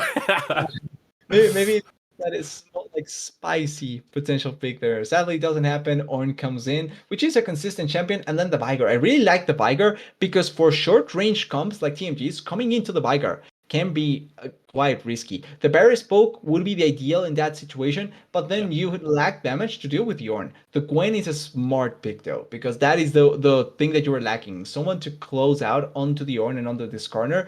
If Barris opts for a much more range-focused build, which is the poke build, and then you're left with nobody to deal consistent damage to one of these tanks. The Gwen now covers up that out really effectively. But CB running a really similar composition to the previous game. The only big difference, well, the biggest difference pretty much, is this lack of the Seraphine. If you don't have someone to give boosts to your AD carry in that sense, but the damage value is going to be much, much, much higher than the Seraphine. Yeah, the burst damage of a Vhagar is absolutely disgusting. I think you're right about the Poke Varus here being the safer choice at the very least. They can kind of keep them at arm's length with some of the Varus poke, some of the Syndra balls and things like that coming through. And then when they do engage, like you say, they have that Gwen who can be that tank buster and that hyper carry in some of these situations. They even have the Renata to buff up the Gwen too, right? Give her the bailout, make sure she's safe. Obviously, you get some bonus attack speed from that as well. So yeah, the Gwen I think rounds this composition out pretty well. The one question is, what build is the Varus gonna go for? What do we want to see? Well, we know what we want to see out of Tasaki, but what is he actually going to give us in this game? Does he want to be that hyperscaling carry, or does he want to kind of stay back, use that range to their advantage, and use that in some of these fights? The hyper scale carry would be a really good thing to play with against this Skarner and the Urn, and it gives him the late. The only risk with that is that you're pretty much not only playing with yourself in mind, but you're playing with the rest of your shadows. And you have to be completely conscious of where the Sejuani, where the Renata, where the Syndra, and where the Gwen are. Because if you miss position by this tiny bit, even with the bailout, like if you die in a bad spot, they still cannot follow you up because there's Vhagar present. You put the Van Horizon in the perfect spot, and even if you're trying to escape with that, just get a completely CC'd out of life, and there's no value out of that bailout. So it's really difficult to play Varus if you're going for the attack speed because of your short range. If you're going for the lethality build, it gives you more space because it allows for you to play really far away and deal damage to the Vhagar, to the Saya, even to the Rakan. But then it's not going to be that easy to kill the Skarner and the Urn. It's all on the Gwen in that opportunity. And for this Gwen being that one carry that's trying to cut through the front line, they're going to really have to use their W, the Shrouded Mist, like incredibly well. Because if they are ever out of their W and they're getting hit with a Vhagar combo, they're probably just dying, right? And then once the Gwen's down, who's killing this front line? Who's killing the Ornn? Who's killing the Skarner? They can kind of just run forward with the Xayah behind them, and things really start to look good for CB Galaxy. So yeah, I think a lot is relying on this Gwen when we get to those team fights and when things are breaking out in terms of a 5v5 scenario. But I want to focus a little bit more on this early game and what the pathing might be looking like for these junglers. Because specifically for Shy Winter on this Sejuani, I think he wants to be going towards that Gwen, right? It's the only melee laner that they have to stock that Sejuani passive. Getting the Gwen ahead against this Ornn matchup could do worlds of good for their team composition. Do you think that's the right read? Do you think that this Sejuani should kind of just ignore the bot side, hope that the Xayah Rakan aren't going to be able to put too much pressure in, and get this Gwen snowballing and rolling early on? It's a situation where I do understand why you would be willing to go to the top lane, right, with a Sejuani, where like you were pointing out, the passive is easier to stack. It's also against an Ornn, so like he's not going to bite back that much, but he will survive quite long. So if you don't have a really, really good plan, it may end up being a little bit too limited. But I do think that probably going towards mid lane or bot lane is a better choice because it's easier to get those kills. And if those champions end up getting ahead, then it makes it so that the Gwen's burden it gets alleviated as well. Like Gwen is not going to have that hard of a time unless you mess up really heavily against an Ornn. Ornn is still a tank. Yes, he's a really weird tank in how much damage he can deal and how easily he can kill a lot of the other champions. But against the Gwen, it shouldn't work out that effectively. So I think that if the Sejuani commits to giving space to the Syndra, giving space to the Varus, and allowing for them to become really heavy carries, it probably turns out to be something better for them than just committing to the win. Leave the Gwen on that island, should be able to fare pretty well up against the Ornn and protect those other lanes from maybe a potential Sudic gank, from the Rakan, Wombo, or the Baby Cage from Vhagar. Yeah, I think that makes a lot of sense. My brain says I go towards melee because I'm Sejuani, but sometimes there's more layers than that, and that's why you're here for it, TDS. But the comps are locked in. I really, really like CB Gaming's composition here once again for game number 2. Do you give an edge to either side here? I think that CB's it's similar to the previous game, so it's a little bit more consistent in the sense that the amount of mistakes that they need that they make is not going to be that bad for them, even if they like pull off a lot, because their composition has a lot of like leeway to play it around. I think it's going to be a little bit difficult to play TMGs, but it's much more consistent than in the previous game, because late game wise, they have a lot of champions that can scale really well. And then they also have a lot of value in determined situations like split pushing when it's really much, I almost blank on the word. She's better than the Urn in the split pushing potential, similar to the Jax, but also will find a lot of value team fighting wise. She won't have much issue going against the Veigar's Cage because of the Shroud. So you have a lot of tools to deal with the composition from the side of CBG. It's just how many mistakes can you make compared to how many CBG does, which is how the previous game was defined essentially. Exactly. That's exactly what I was going to say. Game 1 was a few too many mistakes from TMG. The early game felt pretty good from them. They got a couple kills on the Kai'Sa, and then they didn't really seem to find a way to be able to snowball that, eventually falling behind. Yeah, they won a couple fights here and there. They did make it close, but eventually, the CD Galaxy composition did just run them over. Hopefully that will be the case for them here in game number 2. Like you say, a few more options, maybe some split push presence for the Gwen, maybe some range and some poke that can serve them well in a lot of these areas and fights. We'll have to see if they can get that game number 2 victory and bring us to game number 3, or if CB Galaxy are just going to make quick work, get the 2-0, grab their first win, and be done for the night. We're loaded on the Rift in just a couple minutes, so we will see you on the other side.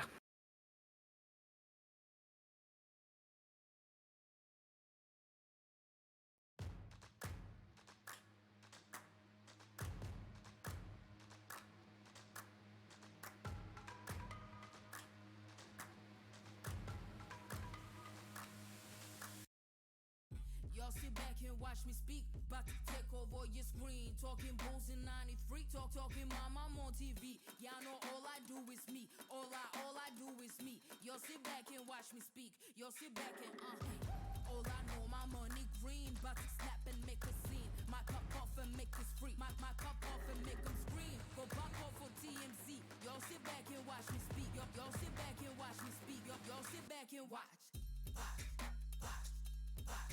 Watch me.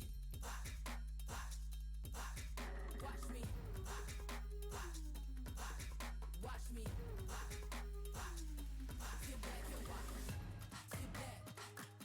Sit back. Sit back. Sit back. Money long, nothing on credit. I got style, don't catch no feelings. All this bread, ain't got no lettuce.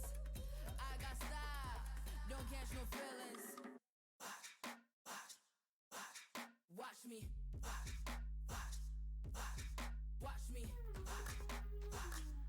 Sit back and watch. Sit back and watch. Sit back and watch. If it ain't got style, I ain't with it. I ain't with it. If it ain't got style, I ain't with it. Look, if it ain't got style, I ain't with it. I ain't with it. If it ain't got style, I ain't with it. Look,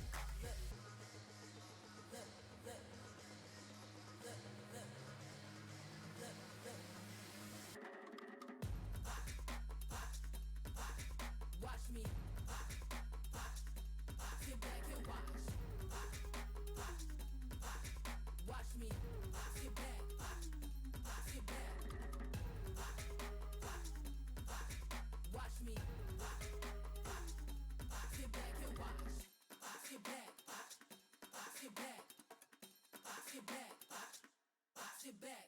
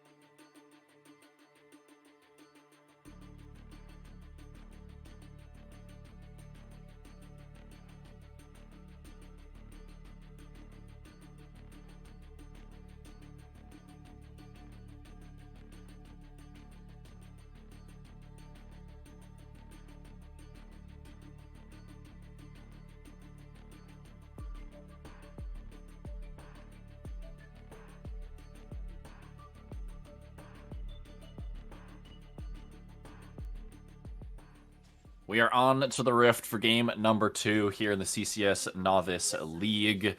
Couple interesting picks in this draft. The Skarner coming out for Sutik, the first time he's played this, at least this season.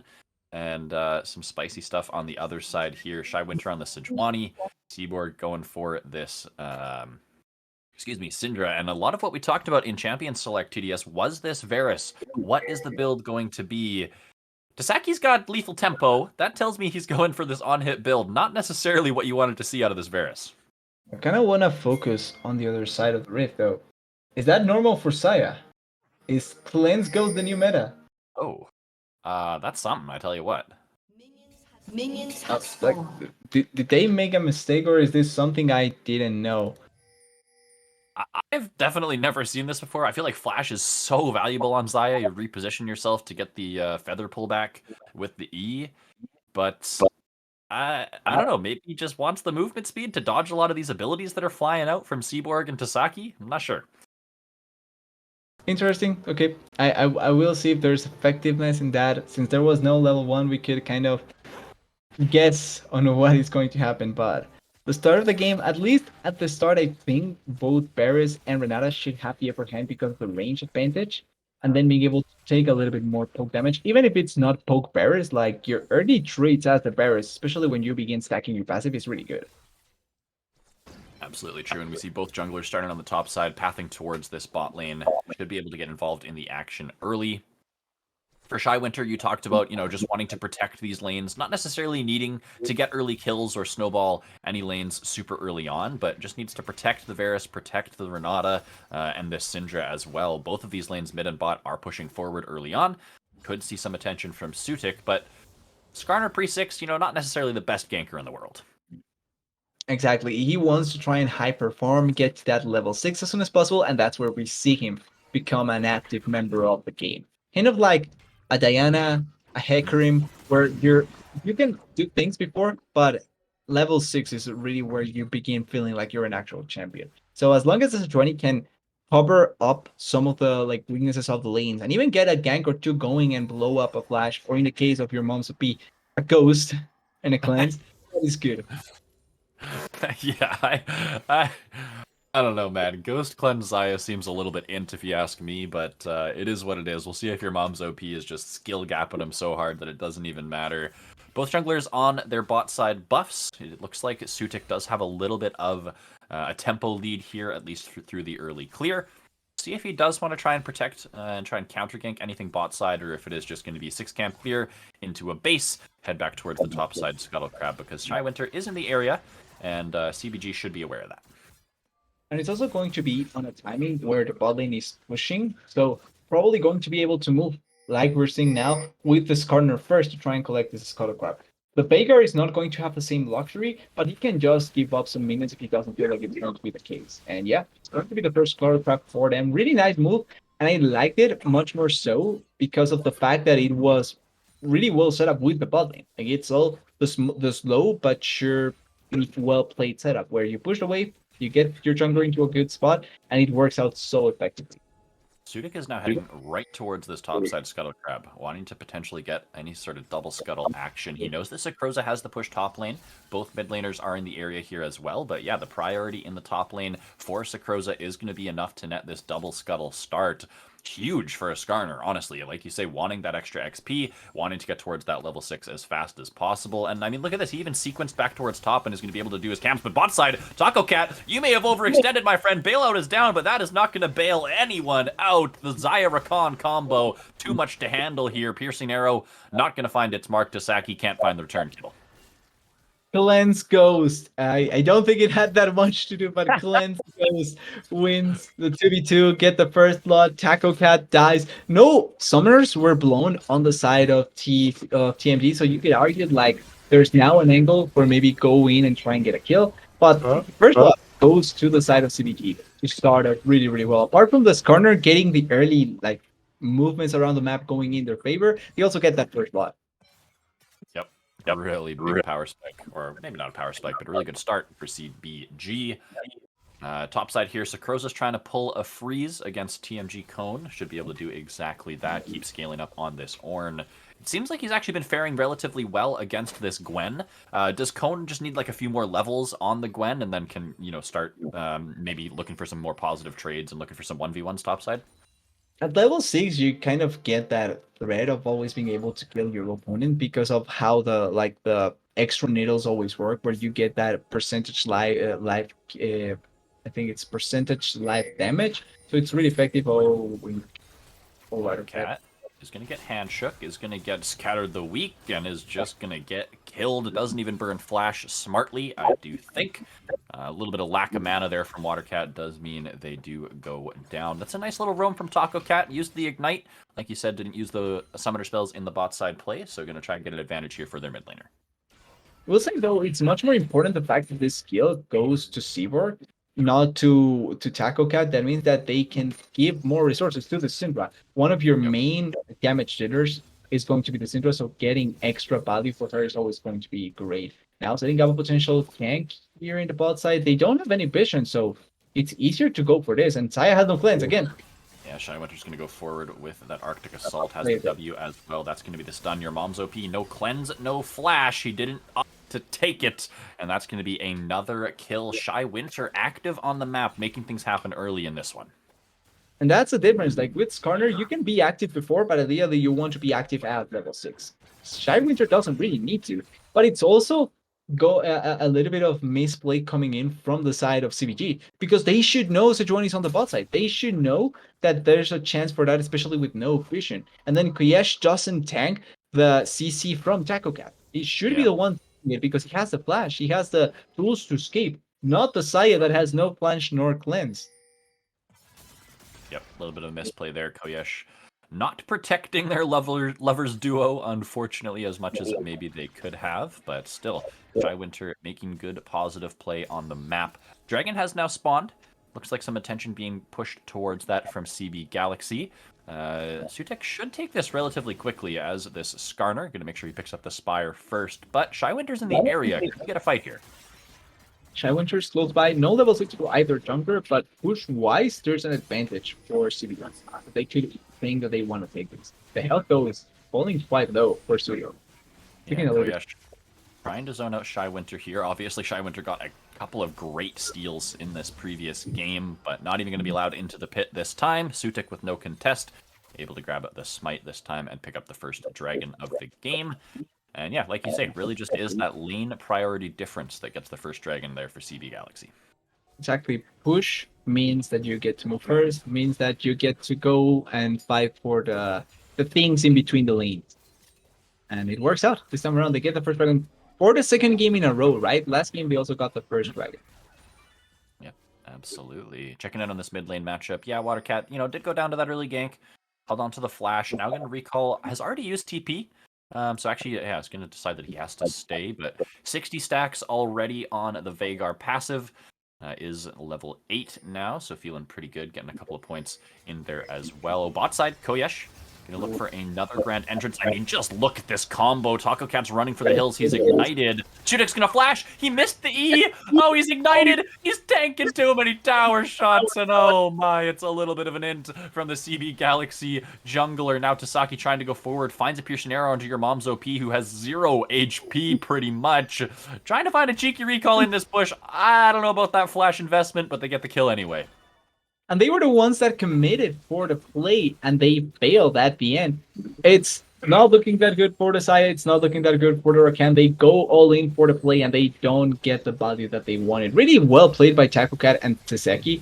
Really, really, really badly played by the bot lane as well as by the jungler from CBG. It would have been a nice couple of kills, especially because on the bot side, Shy Winter is getting the Herald. So getting a lot of value on both sides of the map. Yeah, absolutely. Yeah. Winning the 2v3 in the bot side, making sure they invest some resources into the Gwen here as well. Get an early Rift Herald. Nice infusion of gold in whatever lane they choose to drop that in. And yeah, 4-1.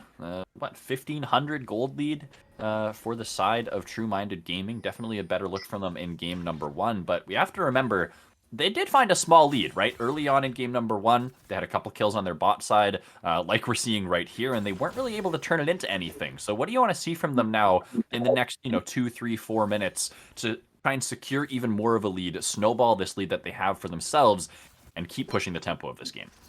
The most ideal would be to do what they didn't do in the first game. I think not doing this might be the first step, Taco Cat. You do not belong here, my friend. That is a massive wave of minions, and you will be punished for your mispositioning. Nice pickup from your mom's OP. Agreed. That probably is not the play that I would have liked them to go first at this point of the game. I did like the fact that the Sejuani was on the bot side. Like, commit to bot lane, commit to put the Herald down there, push the wave, and maybe force a dive. That can be risky, but it can still be done. And if they pull it off, they get a much bigger lead that they can play with, and then they can play the waiting game a little bit more because they don't need to overcommit for a lot of their values in the game. Like, they have a good late game potential composition as well. Right, just make sure they get enough of a lead to be able to sustain it. Oh, that's not the combo, Sakroza. He tried the flash ulti, but it's just not going to work. Maybe he gets the kill anyways. The brittle proc almost enough to finish off Cone, but some mechanical misplays being the difference here in the top side. It really was the difference between pulling off the combo and not pulling it off right there. It's that last bit of damage. I like how he went for it. Like, the aggressiveness, it's nice to see. But if you're going to do it, you have to pull it off. Because if not, we're going to have to laugh at you in camp. You heard it, Chad. Everyone laugh at Sakroza. No, I'm just kidding. Yeah, a little bit unfortunate. Yeah, right. Like you say, you like the idea. He had to flash to close the gap, but unfortunately, maybe should have just hit the ultimate first. But either way, And it's on the right though, because of the shroud makes it so that the hit doesn't go through. So it's more so because if the shroud hits, if the shroud is up, you never hit that. So if he pulls it off, the Gwen gets knocked up like 2 times in a row. Yeah, makes a lot of sense. The harrowing mist or whatever it's called on the Gwen, sometimes wreaking havoc in some of these. The hallowed mist, that's what it is. So yeah, good try from Sakroza. Unfortunately, not quite going to find the mechanical play there. 30 seconds on this dragon, though, as we can refocus in on the bot side of the map. Tasaki does have a pretty nice CS lead here, and combined with those 2 early kills, Shield Bow already in, as well as the Leandries for Seaborg in the mid lane. So some nice item spikes for them. I think this dragon should be theirs for the taking. They have everything in their favor to be able to build grid. Right now, Sayonara can probably want to back so that they maybe can get onto their timings, but I don't think that it's a moment for them to plus. They still don't have Mythic on the side, like you were pointing out. It just got completed, but they're going to be a little bit too late for it. They don't have teleport on Bjorn, so their team fight does lose a little bit of value without that huge tank on there.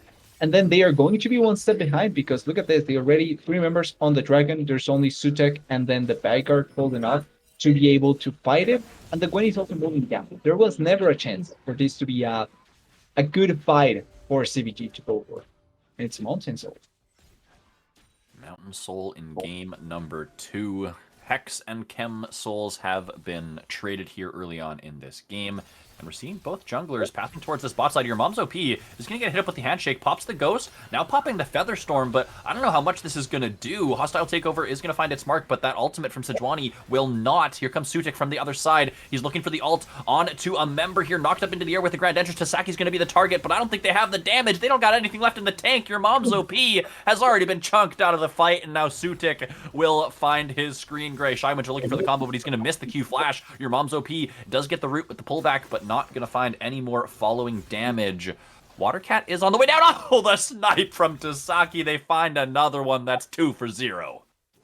And it still doesn't convince me. With this Summoners from the side, I have not been ideal at all so far. Yeah. And it's more so for everything that has happened. Like, the Ghost never gets a lot of value in these fights.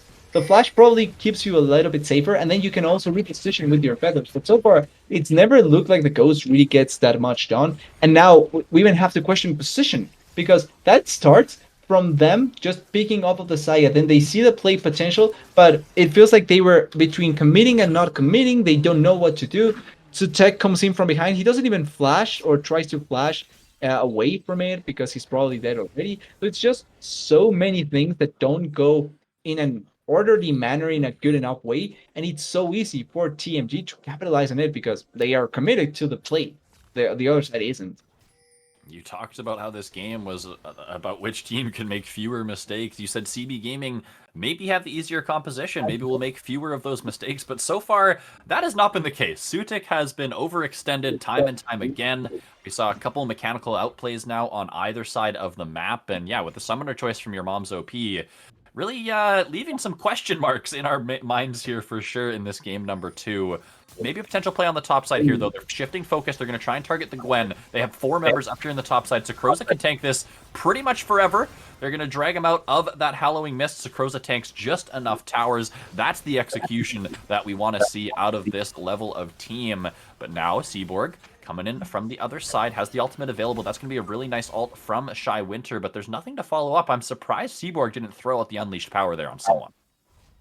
Probably was waiting to see if your mom's OP gets connected and has to blow the ultimate before the Syndra ultimate goes through to try and go for it. At the end, they don't get any more kills, so it's just a home dying, but they did lose the first turret down there in the bot side. So gold value-wise, it's much better for the side of TMG. This virus still keeps getting stronger and stronger, and it's looking a little bit riskier. The Veigar, though, has gone unnoticed, but he's doing a really good job at sucking up. 127 stacks so far, a lot of AP that is slowly but surely coming through. Yeah, that's going to be feeling pretty good. The infinite scaling here for Watercat has the fully stacked tier already ready to go, as well as that Rod of Aegis. It's already stacking up 4 stacks already on that one.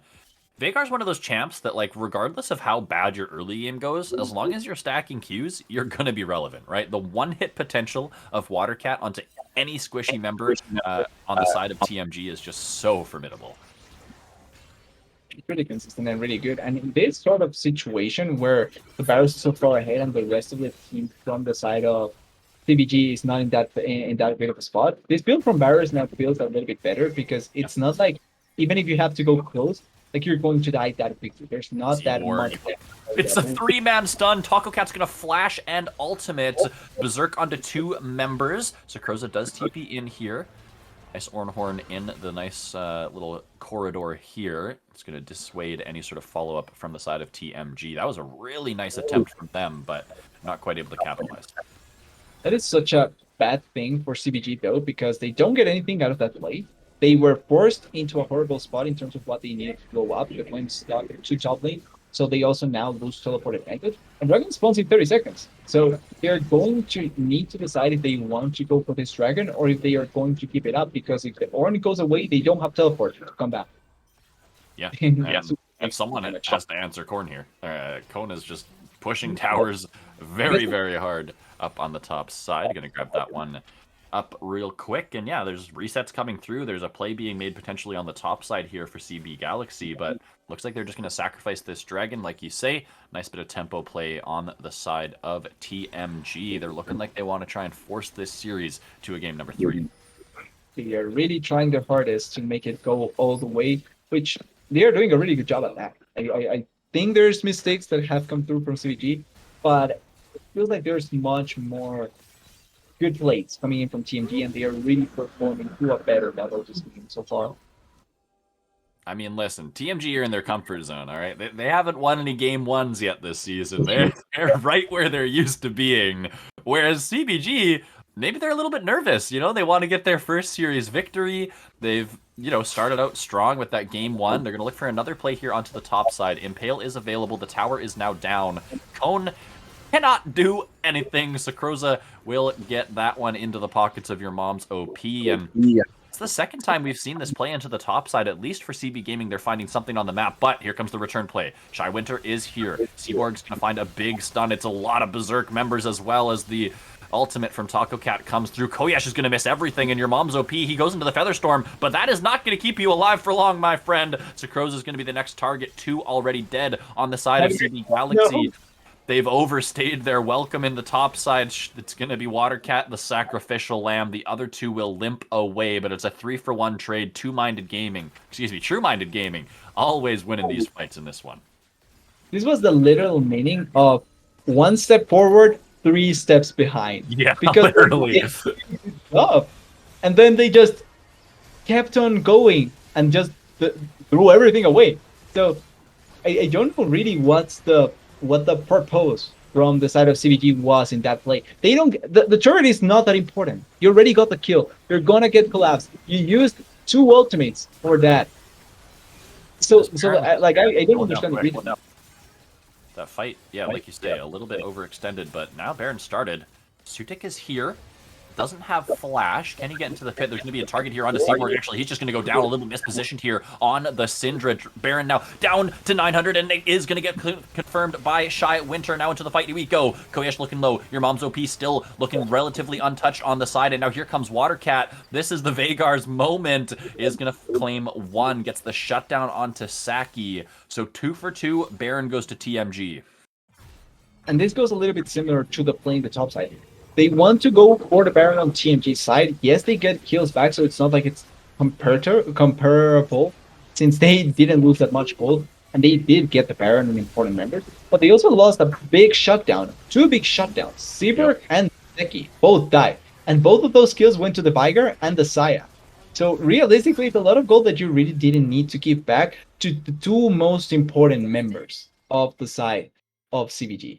I'm not sure if that's going to be enough, but it's those like gold infusions that you get out of nowhere that really can turn the tide of a game if you're not careful enough. Yeah, it's 2 items spike now for your mom's OP as they lock in that quick blades. And TDS, you're absolutely right. Like, both of these teams have been making mistakes, and I think it is going to be whichever team makes the fewest or the less egregious mistakes that's going to win this game number 2. We saw previous to that fight, that one collapse on the top side, you know, for CBG, they take out Cone, and then they get a little bit too excited. They push a little bit too far forward, and they immediately get punished by TMG. But then TMG get too excited. They go, okay, we killed someone. Baron's on the map. It's 20 minutes. We can make this play, but it's a little bit overextended. It's a little bit too aggressive, and some punishing kills, like you say, coming through on the other side here. Shy Winter in the bot side, not going to get anything onto Sakroza here. Dragon in a minute 25, though, so both teams trying to get some pressure down on the bot side of the map. The moral of the story is nobody should get excited about anything. They shouldn't think about it. Flash for flash, though. Yep, Seaborg's flash will be down, but I think Stutik's a little bit more important, potentially going for these engages, trying to find a way onto Tasaki, but we'll at least get the trade flash onto the enemy mid laner. And now they're looking for a collapse on the bot side. Sakroza is rooted up for a moment, but just before the Berserk comes off, he's going to get the ultimate. It might be enough to dissuade any sort of follow-up. Sutik is in the backside, but there's a teleport, 2 actually teleports coming in, and this all of a sudden turns into a 5v3. Sutik and Watercat not even in the fray just yet. Now the event horizon comes down. There's some damage out of this Varus, or excuse me, out of this Veigar. But 2 dead already, a little bit overzealous on the play are CBG, and now TMG. They're going to get to push into the base here. Should get at least 1 tower. Well, pretty good wave clear, though. Maybe not. They have a little the wave clear, but the damage is still on the side of TMG. So I would be careful about on the side of CBG. But really, Taco Cat is making Yesh question his life decision. Ooh, yeah. Syndra. Bye. Play button. That was fun. Hit the gameplay button. And that's going to be Dragon as well, because now no jungler means that an easy selection of the 3rd Dragon in favor of TMG. It's going to put them in Soul Point, and Mountain Soul really could make a difference in terms of survivability for some of these champions, and being able to win fights not more easy. Oh, TDS's internet having a little bit of an aneurysm there. Hopefully for the side of CBG, they're not having an aneurysm themselves, but they are quite a ways behind in this game. 6,000 gold. Yeah, now Mountain Soul Point, like you're saying, TDS. For the side of TMG, do they just wait it out and fight on this Soul Point? This they have to.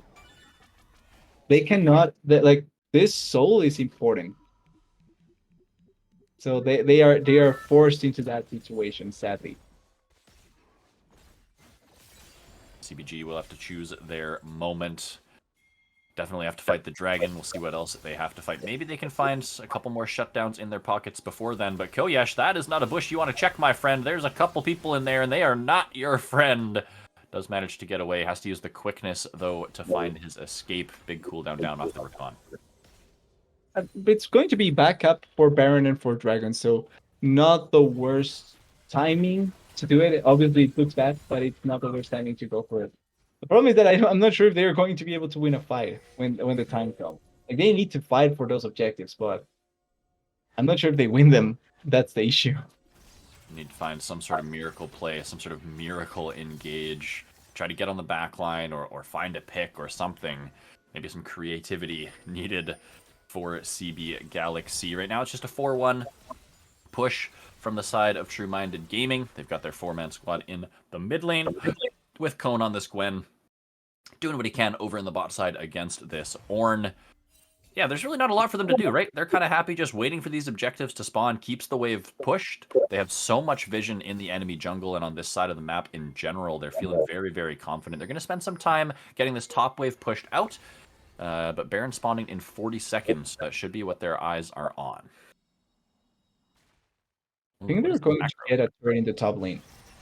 Or the mid lane turret. Okay, interesting turret trade.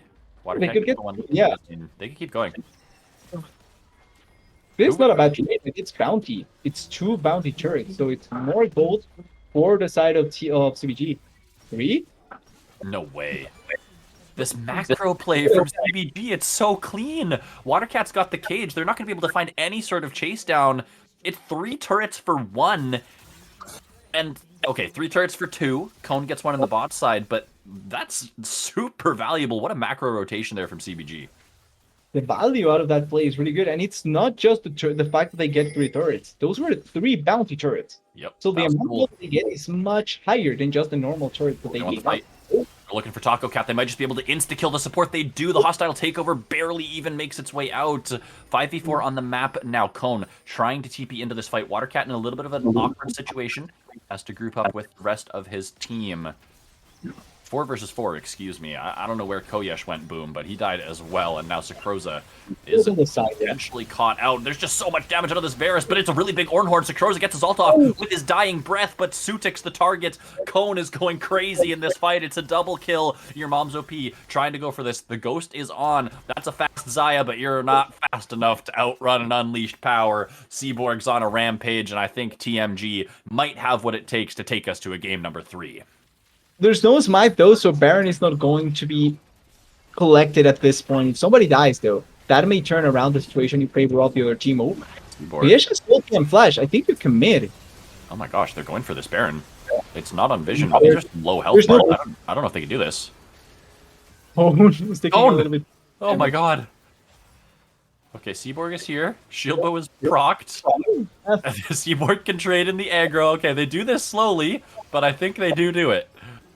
The fact that if not for their vision, which is great vision control, they should have never gotten away with this. Like, just with a rule of thumb, like a typical rule of thumb, you should know that there's a chance that this happens. So there's no respect coming in from TMG, and they end up getting the Baron. But that shouldn't have worked out that well. Like, that never should have worked out.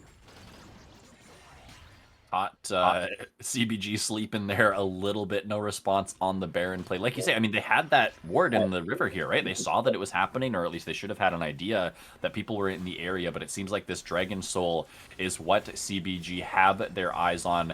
Koyesh already popping the ultimate. He's going to look for it. He's going onto the backline here, but he's not going to find anyone with the grand entrance. They find the ultimate from the Skarner. They shut down the Gwen, and now can they win this fight? The Featherstorm comes through. Your mom's OP trying to fight this one out. Still at half HP. Shy Winter is the target. Really tanky Sejuani, though, takes a lot to kill him. The bailout will come through. Can they kill Sakroza? Can they keep their Sejuani alive? No. 2 in the death chamber. Jungle and top have died, but blinking health bars on the side of CB Galaxy. Do they have anything left in the tank here? They have Xayah with Bloodthirster. That means that she should be able to get full life back up. The Skarner obviously not having the most health. Handshake getting pulled back in. They find the kill on the tank. Why are they backing? They can win this. They have Bloodthirster on the Xayah, and they have a jungler. Like, there's a pretty important difference there. Your mom's OP, full HP, like you say, life stealing off of that mid wave, but they found Sutik. You say they have the smite, but not for long. CB Gaming not on the same page in this fight. Your mom's OP not able to DPS as Sudik just gets absolutely bursted out. And now I don't think there's any steal attempt to be had here. Mountain Soul will go over. And again, TDS, it's mistakes from CB Galaxy that make the difference in this game. It's well, yeah, it's mistakes, but like their mistakes are egregious. Egregious. I don't think egregious is enough to call out the mistakes. Oh man. You know when a caster says egregious that it's really bad. If it's worse than that, I mean, whew. Well, CB game is you need to remember that I'm not an English speaking caster, so I don't know a lot of words. I'm dual. I'm bilingual, so I get. It's hard sometimes to remember some other words. I think you're doing great. Egregious is a pretty perfect word, I think, for this situation. Yeah, I mean, CV Galaxy, they want their first series win. They want to be able to finish this one out, but they are not going to be able to do it here, or at least it seems so in this game at number 2. They're going to have one more fight under their belt. They're going to be able to maybe stand their ground in their base. They're starting to get some ornaments in. They've got an upgraded Kraken Slayer now, and here comes the fight. Sutik is in onto Taco Cat. That's a really nice ultimate, though, out of the Rakan, or excuse me, out of Taco Cat here on Renata. And they even stop Sakroza from that second cast of his ultimate. Shy Winter's getting hit with a lot of feathers, but it's not really doing too much on the other side. Meanwhile, Cone is just taking apart their base, but has to be careful. Oh my goodness! That minion block is disgusting. Are you kidding me? No. Surely they can finish this off. They got to make sure that they don't go down, though. The needlework is providing a lot of heals, and meanwhile, the rest of the team does break open the base in the mid lane. That hero minion may make it so that Galaxy can stay alive in this game just a little bit longer.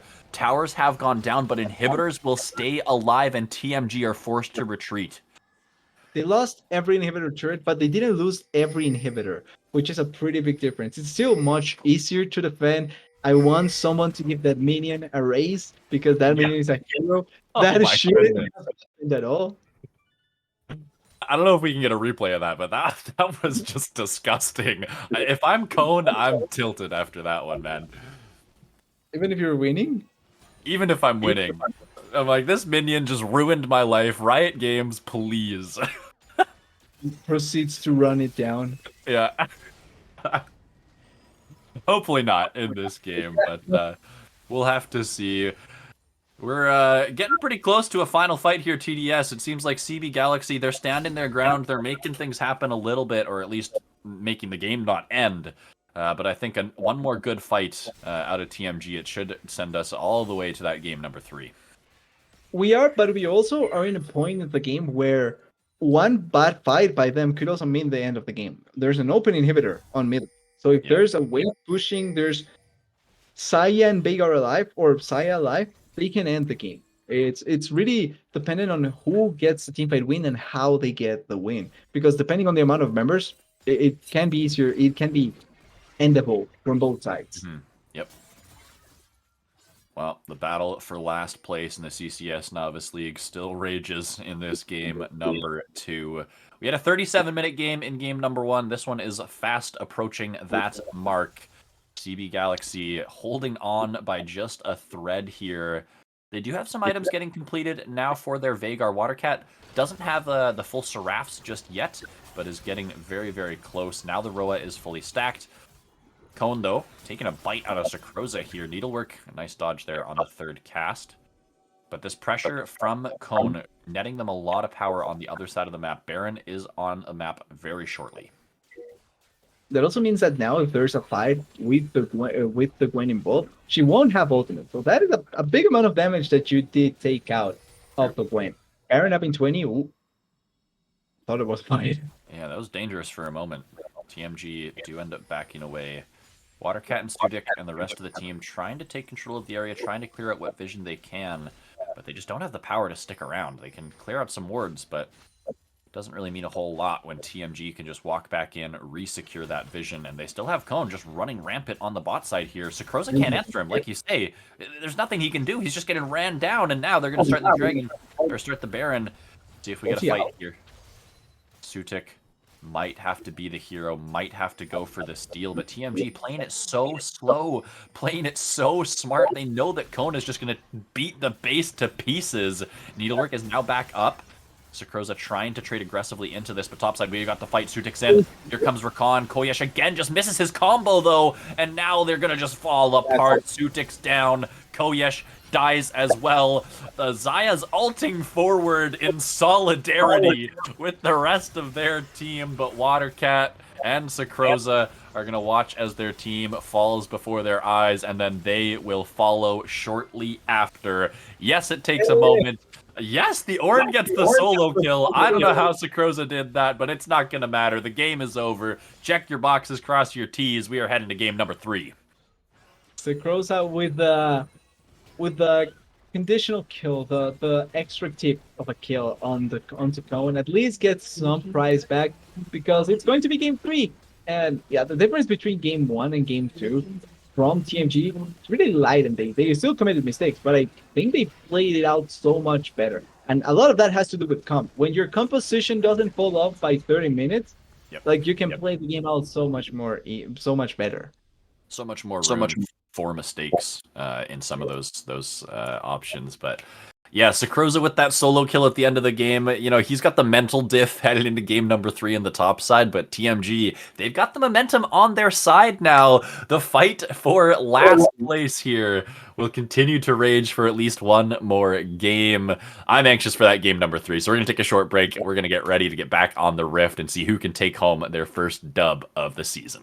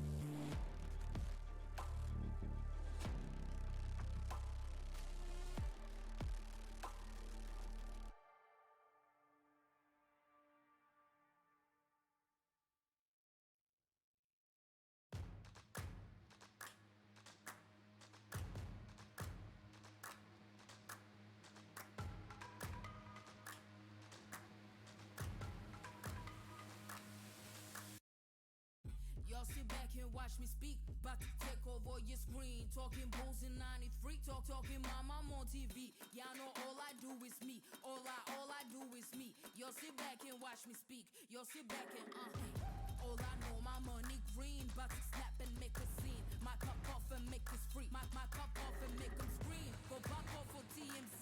Y'all sit back and watch me speak. Y'all sit back and watch me speak. Y'all sit back and watch. Watch me. Watch me. Watch me.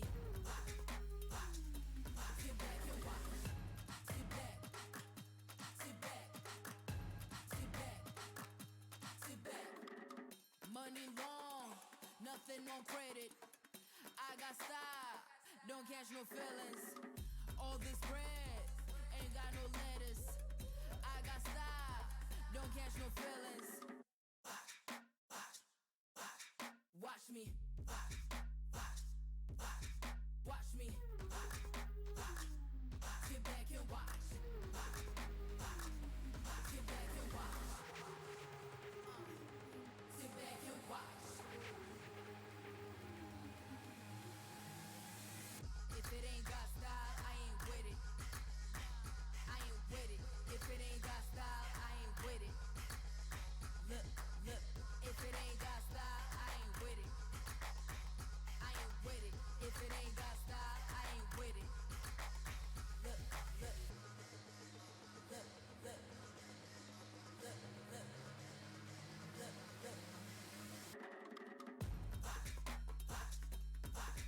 watch me. Sit back and watch. Watch me. Sit back. Sit back. Watch me. Sit back and watch. Sit back. Sit back. Battle for last place in the CCS Novice League has been quite entertaining here tonight, TDS. In chat here in the lobby before this game number 3, your mom's OP says, the C in CB Galaxy stands for content. They're definitely giving us some good content here tonight. We're going the distance in this series, almost 40-minute games, and now we're locked and loaded for game number 3. It had to be spicy. It had to be entertaining. It had to be fun because both teams need to collect their first win. So I was expecting something like this. Now, I will say I wasn't expecting the Saya with Ghost Cleanse, but hey, the content had to come from somewhere, and it seems your mom's OP is the one that brought the content here. But you don't need any more content for this last game. Just go out and try and win. Clean League of Legends. That's the content we want for this one. Yeah, hopefully it's clean. I'm fine with scrappy. I'm fine with scrappy as long as it's scrappy fun.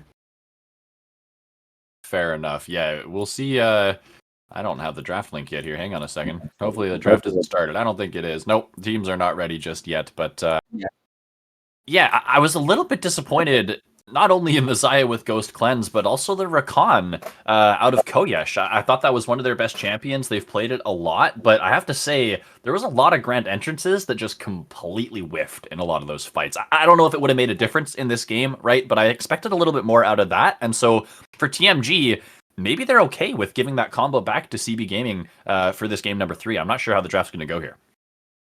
I feel like this time around, there's going to be a little bit maybe better focus around if they play the Sai or the Rakan. But I do agree, like the Rakan felt lackluster. I want to give a huge credits to Taco Cat for the Renata because I think that it was a huge part in how the Rakan could have never felt comfortable in the whole of the game. But it also felt like Kojesh really wasn't playing up to like the level that we were expecting with that Rakan. So maybe this last game, if they get the chance, probably we can see a better performance. I'm not 100% sure if that's going to be the case. I think that Saya will be banned away, but at the same time, it could be left open and they just decide that we're willing to take the Barris Renata once again to just answer the Saya Rakan. Yep, same bans here from TMG as game number 1. The teams have swapped sides here once again, so CB Gaming on the red side. TMG are going to switch things up. They're banning the Seraphine themselves. CB dropping I believe it was a Gnar ban to ban this Gwen. And TMG, they're going to take the Zaya for themselves here, game number 3. It's going to be the Saya on their side. That means that now CBG could opt into taking the Barrage for Fnatic. They feel like they want to go for it. The Jinx in the first game, it worked out really well for CB. They did play it with the Seraphine, which is currently banned, so True. they need to find an alternative to that. Thresh Jinx, really consistent duo that we've seen all around the world, even in pro play, even in other leagues. It works out really, really well, and the Thresh Lantern keeps the Jinx safe in a lot of situations where Absolutely. it may look a little bit dicey. So I'm not against this combo, especially to give a little bit more safety and more potential carry to your mom's OP. Yep. Thresh, one of those champions that really just provides so much utility and can fit really any role within the game. He can be engage, he can be a little bit of frontline, he can almost be an enchanter-esque with the shield and the repositioning of the lantern. Maybe enchanter's a bit far, but you get what I mean. On the other side though, TMG, they're gonna grab up the Sejuani like we saw in game number 2. So back on some comfort here for Shy Winter, who honestly has been one of the best performing players for TMG, because game number 1 kept them in it with a lot of those objective steals with the smite, and game number 2 had a good performance as well on the Sejuani. Zilean. Okay, Zilean is gonna be support mid. I have no idea where this is going. No one plays this. Even top lane could be honestly. The flexibility from Cillian is quite high. I like the Cillian because of the value that the ultimate will give, and then the movement speed as well. It is so good to give the Saya some mobility in some of those fights. Like, it is like having a ghost, but without having to bring the ghost, literally. So I like the idea of the Cillian here. It will work similar to the Renata, but obviously not to the same degree. And I hope it supports Cillian, because I feel like having that ultimate value in mid lane, even though can still be good, like there's other champions in the mid lane that probably you benefit more from having. But a really interesting curveball. And then Wukong. Wukong or CB Galaxy, something that we haven't seen yet this series, but something that is very strong. And once again, we get a boatload of top lane bans here in the second phase. Rakan slipping through here, obviously because they picked the Thresh, but TMG not wanting the Rakan themselves either, I suppose. I still don't know where the Zilean is going, so there is an option of them still grabbing up the Rakan. I am trying to find a member of TMG that plays this Zilean. No one has a game on the Time Lord that I can find at all, so I'm a bit confused, but we're going to see what happens. They played, Sutek played Skarner without having a game on him, right? So True, yep. the Zilean, like that's an option. The Well, we Talia saw how does, good that went, so. yeah, true.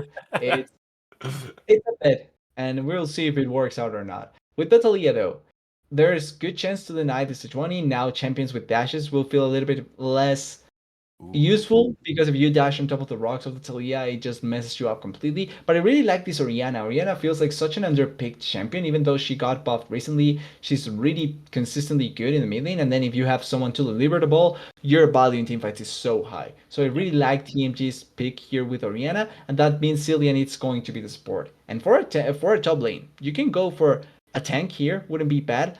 Mordekaiser blind, I'm not sure if that's the best, but that can be preemptive picking for a tank maybe in the top lane, or something that you think that you can win the matchup 100%. Yeah, TMG blind picking their top laner, gonna go with the Mordekaiser. I think Kona's played this before in the CCS this season, so something that they at least do have some practice on, something that provides some frontline, like you were talking about, at least a little bit. We'll see what CB Gaming has up their sleeve. Set again. Okay, very interesting. Sakroza back on that one. Wasn't exceptional on the pick in game number 1, but definitely did enough to get the job done. It worked, and that's kind of what you take out of that first game, right? The fact that they did get the win, and it didn't go that badly. I think that against Mordekaiser probably will have don't want to say a better matchup, because I won't. I am not like the most knowledgeable about top lane matchups particularly, but I think that in this instance where you don't have the counter strike to deny damage from the basics from the set, I think that it's completely fine to try and take the champion here. Then if the Sejuani goes in, you can throw the Sejuani into the backline. She will always be building health, so the ultimate value from the set is going to be much higher than if you threw something like the Mordekaiser or anything like that. But I feel like it's a little bit scary for TV this game, because a lot of their comp is relying heavily on the Jinx. And this time around, they don't have a Seraphine, a healer, to provide for the Jinx. A lot of that is on the Thresh to keep the Jinx safe, and then Jinx having the best positioning possible. Yeah, they don't have much to protect the Jinx. They also don't have another carry threat, or at least not another hyperscaling threat. You talked about in game one how with the Jinx paired up with the Viego as well as the Seraphine, they kind of had that triple threat in terms of scaling. This game, I mean, Talia scales okay. Wukong kind of hits a mid-game power spike. Same with the set. So it is interesting. It kind of feels like a 1.5 threat composition for CB Gaming, and I don't know, TMG, they've got a lot of shields, they've got a lot of engage, they have even the Xayah Featherstorm too, to try and, stay alive even longer in these fights. So We do you fear think the shadows. do you think this is going to be a tough game for CB Galaxy to find kind of those mid-game fights? Do you think it is going to be about kind of snowballing the early game with the Wukong, with the Talia, and with the set? It would be the most ideal if they are able to. Because one thing that I'm scared about what TMG's bring, well, it feels like I'm playing for CB, but one thing that is scary about TMG's comp, it's how similar it is to the previous game with the team fighting potential that they have, with how much deny they have to CB's comp, and the Yeah. fact that they have a second lag. Like that's what Cillian does really well here, similar to the Renata, is giving someone a second chance to fight. If you pick up the Xayah and the Cillian is close by, guess what? Ultimate comes through even if you kill her. She still gets a second chance to go for Featherstorm to flash away. And that kind of thing makes it so that even if CV commits, it can become harder and harder later on in the game where Cillian ultimate cooldown is really, really low to get things going effectively. But they do have a lot of early game damage, like Wukong with one item, Talia with one item, even Zed with one item, are champions that you need to be extra careful of because they deal a lot of damage. And TMG's comp may take a little bit more time to ramp up comparatively. Like I expect around 25-minute mark is where I see TMG's comp really becoming impactful. Apart from maybe Mordekaiser.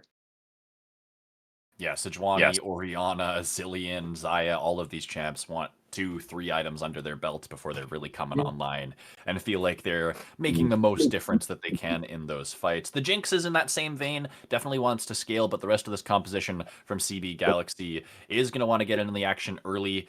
I think for the Wukong, getting the Talia snowballing in this Orianna matchup against something that's very immobile is going to be great for them, because if they can unlock this Talia and this Wukong to roam to the side lanes as a duo, I think that their composition and their early game can look a lot better.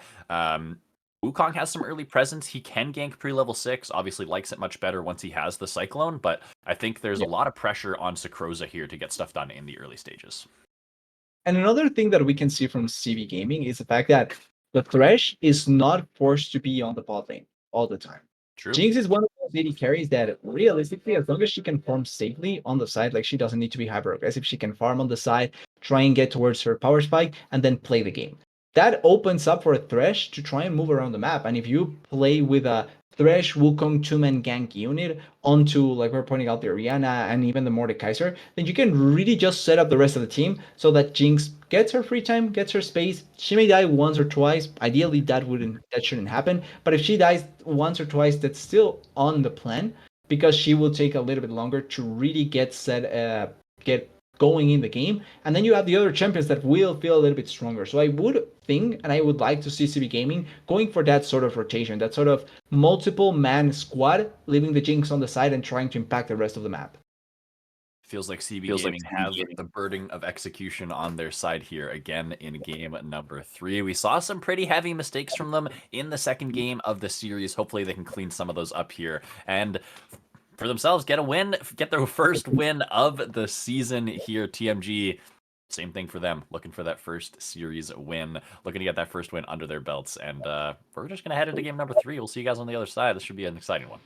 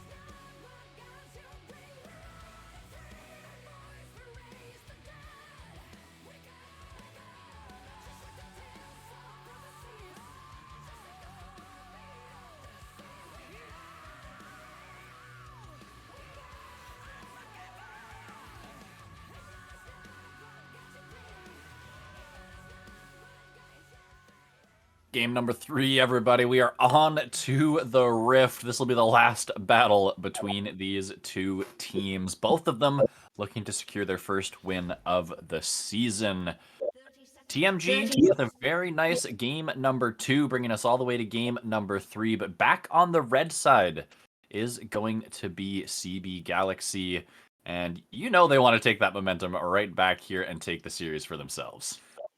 Exactly. You win the second game, you go in and win the third game, and that way you close out the circle. You get your first victory, and then we see what else happens in the rest of the season. But it's also now on the side of CBG to come back into the series, to not let the second game performance affect them, and be able to bring it back this series, or bring it back this game to win the series.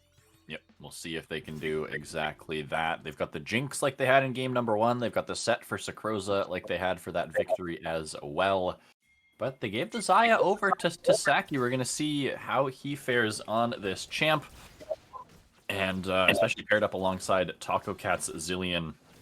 Has a lot of tools at his disposal and should be able to, hopefully, for the TMG fans out there, carry this game at number 3. TDS, for the first time in this series, junglers are starting on opposite sides of the map. Sutik is going to be pathing towards the top side here in game number 3. And the first games both wanted to provide for their bot sides to allow for them to be either safer or maybe get a cheeky gank earlier on. This time around, the Wukong probably going to go towards top lane, probably wanting to make Sakroza's life easier, or give him a kill. That could also happen. Make Gon just die completely. But on the other side, Shy Winter wants to provide for the bot lane again. And I think that it has worked out. When they committed to playing for bot lane, it worked out. So I don't see why you stop doing that. Yeah, we'll have to see if they can snowball the solo lanes instead. But like you say, they have found success playing through your mom's OP in the past. Obviously, a little bit less so in game number 2. Your mom not having the best game ever, but we'll see what they can do here in game number 3. Already have the early shove, a little bit of a CS advantage here as they're pushing Tasaki off the wave. Wanted to try and get this one under tower so they can find a bounce. Get it shoving it back out towards them. They know Sejuani's coming towards the bot side. They've got some good vision control down in that tri-brush there. And trying to get the wave under before they're under threat of a gank. As long as they don't get hit by the poke, it would be kind of hard to be able to pull off a kill down there. Because they have way too much of them. They are even backing here. They're gone. Yeah, Sutik's got the red buff. The slow is going to be coming down onto Cone. But unless Sakroza wants to invest the flash, I don't think there's any angle here. Sutik, you better not bite off more than you can chew, buddy. He does take an extra turret shot, but he's going to be able to get out at least with a bit of HP remaining.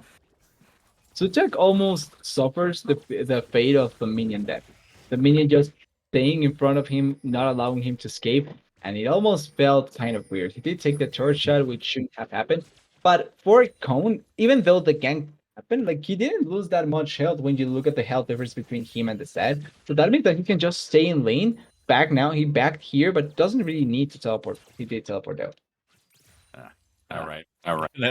Use that summoner spell, so I guess now for Sutik feels pretty good about that gank. But mid lane, trap being laid here. Watercat is going to get a nice seismic shove. Winter's going to go forward and get the flash out of the Talia. So a nice gank there from Shy Winter pairing up with their support. But TDS, this is what you wanted to see out of the other side. This is what you wanted to see out of CB Galaxy, but instead it's Taco Cat and TMG making the first play in the mid lane.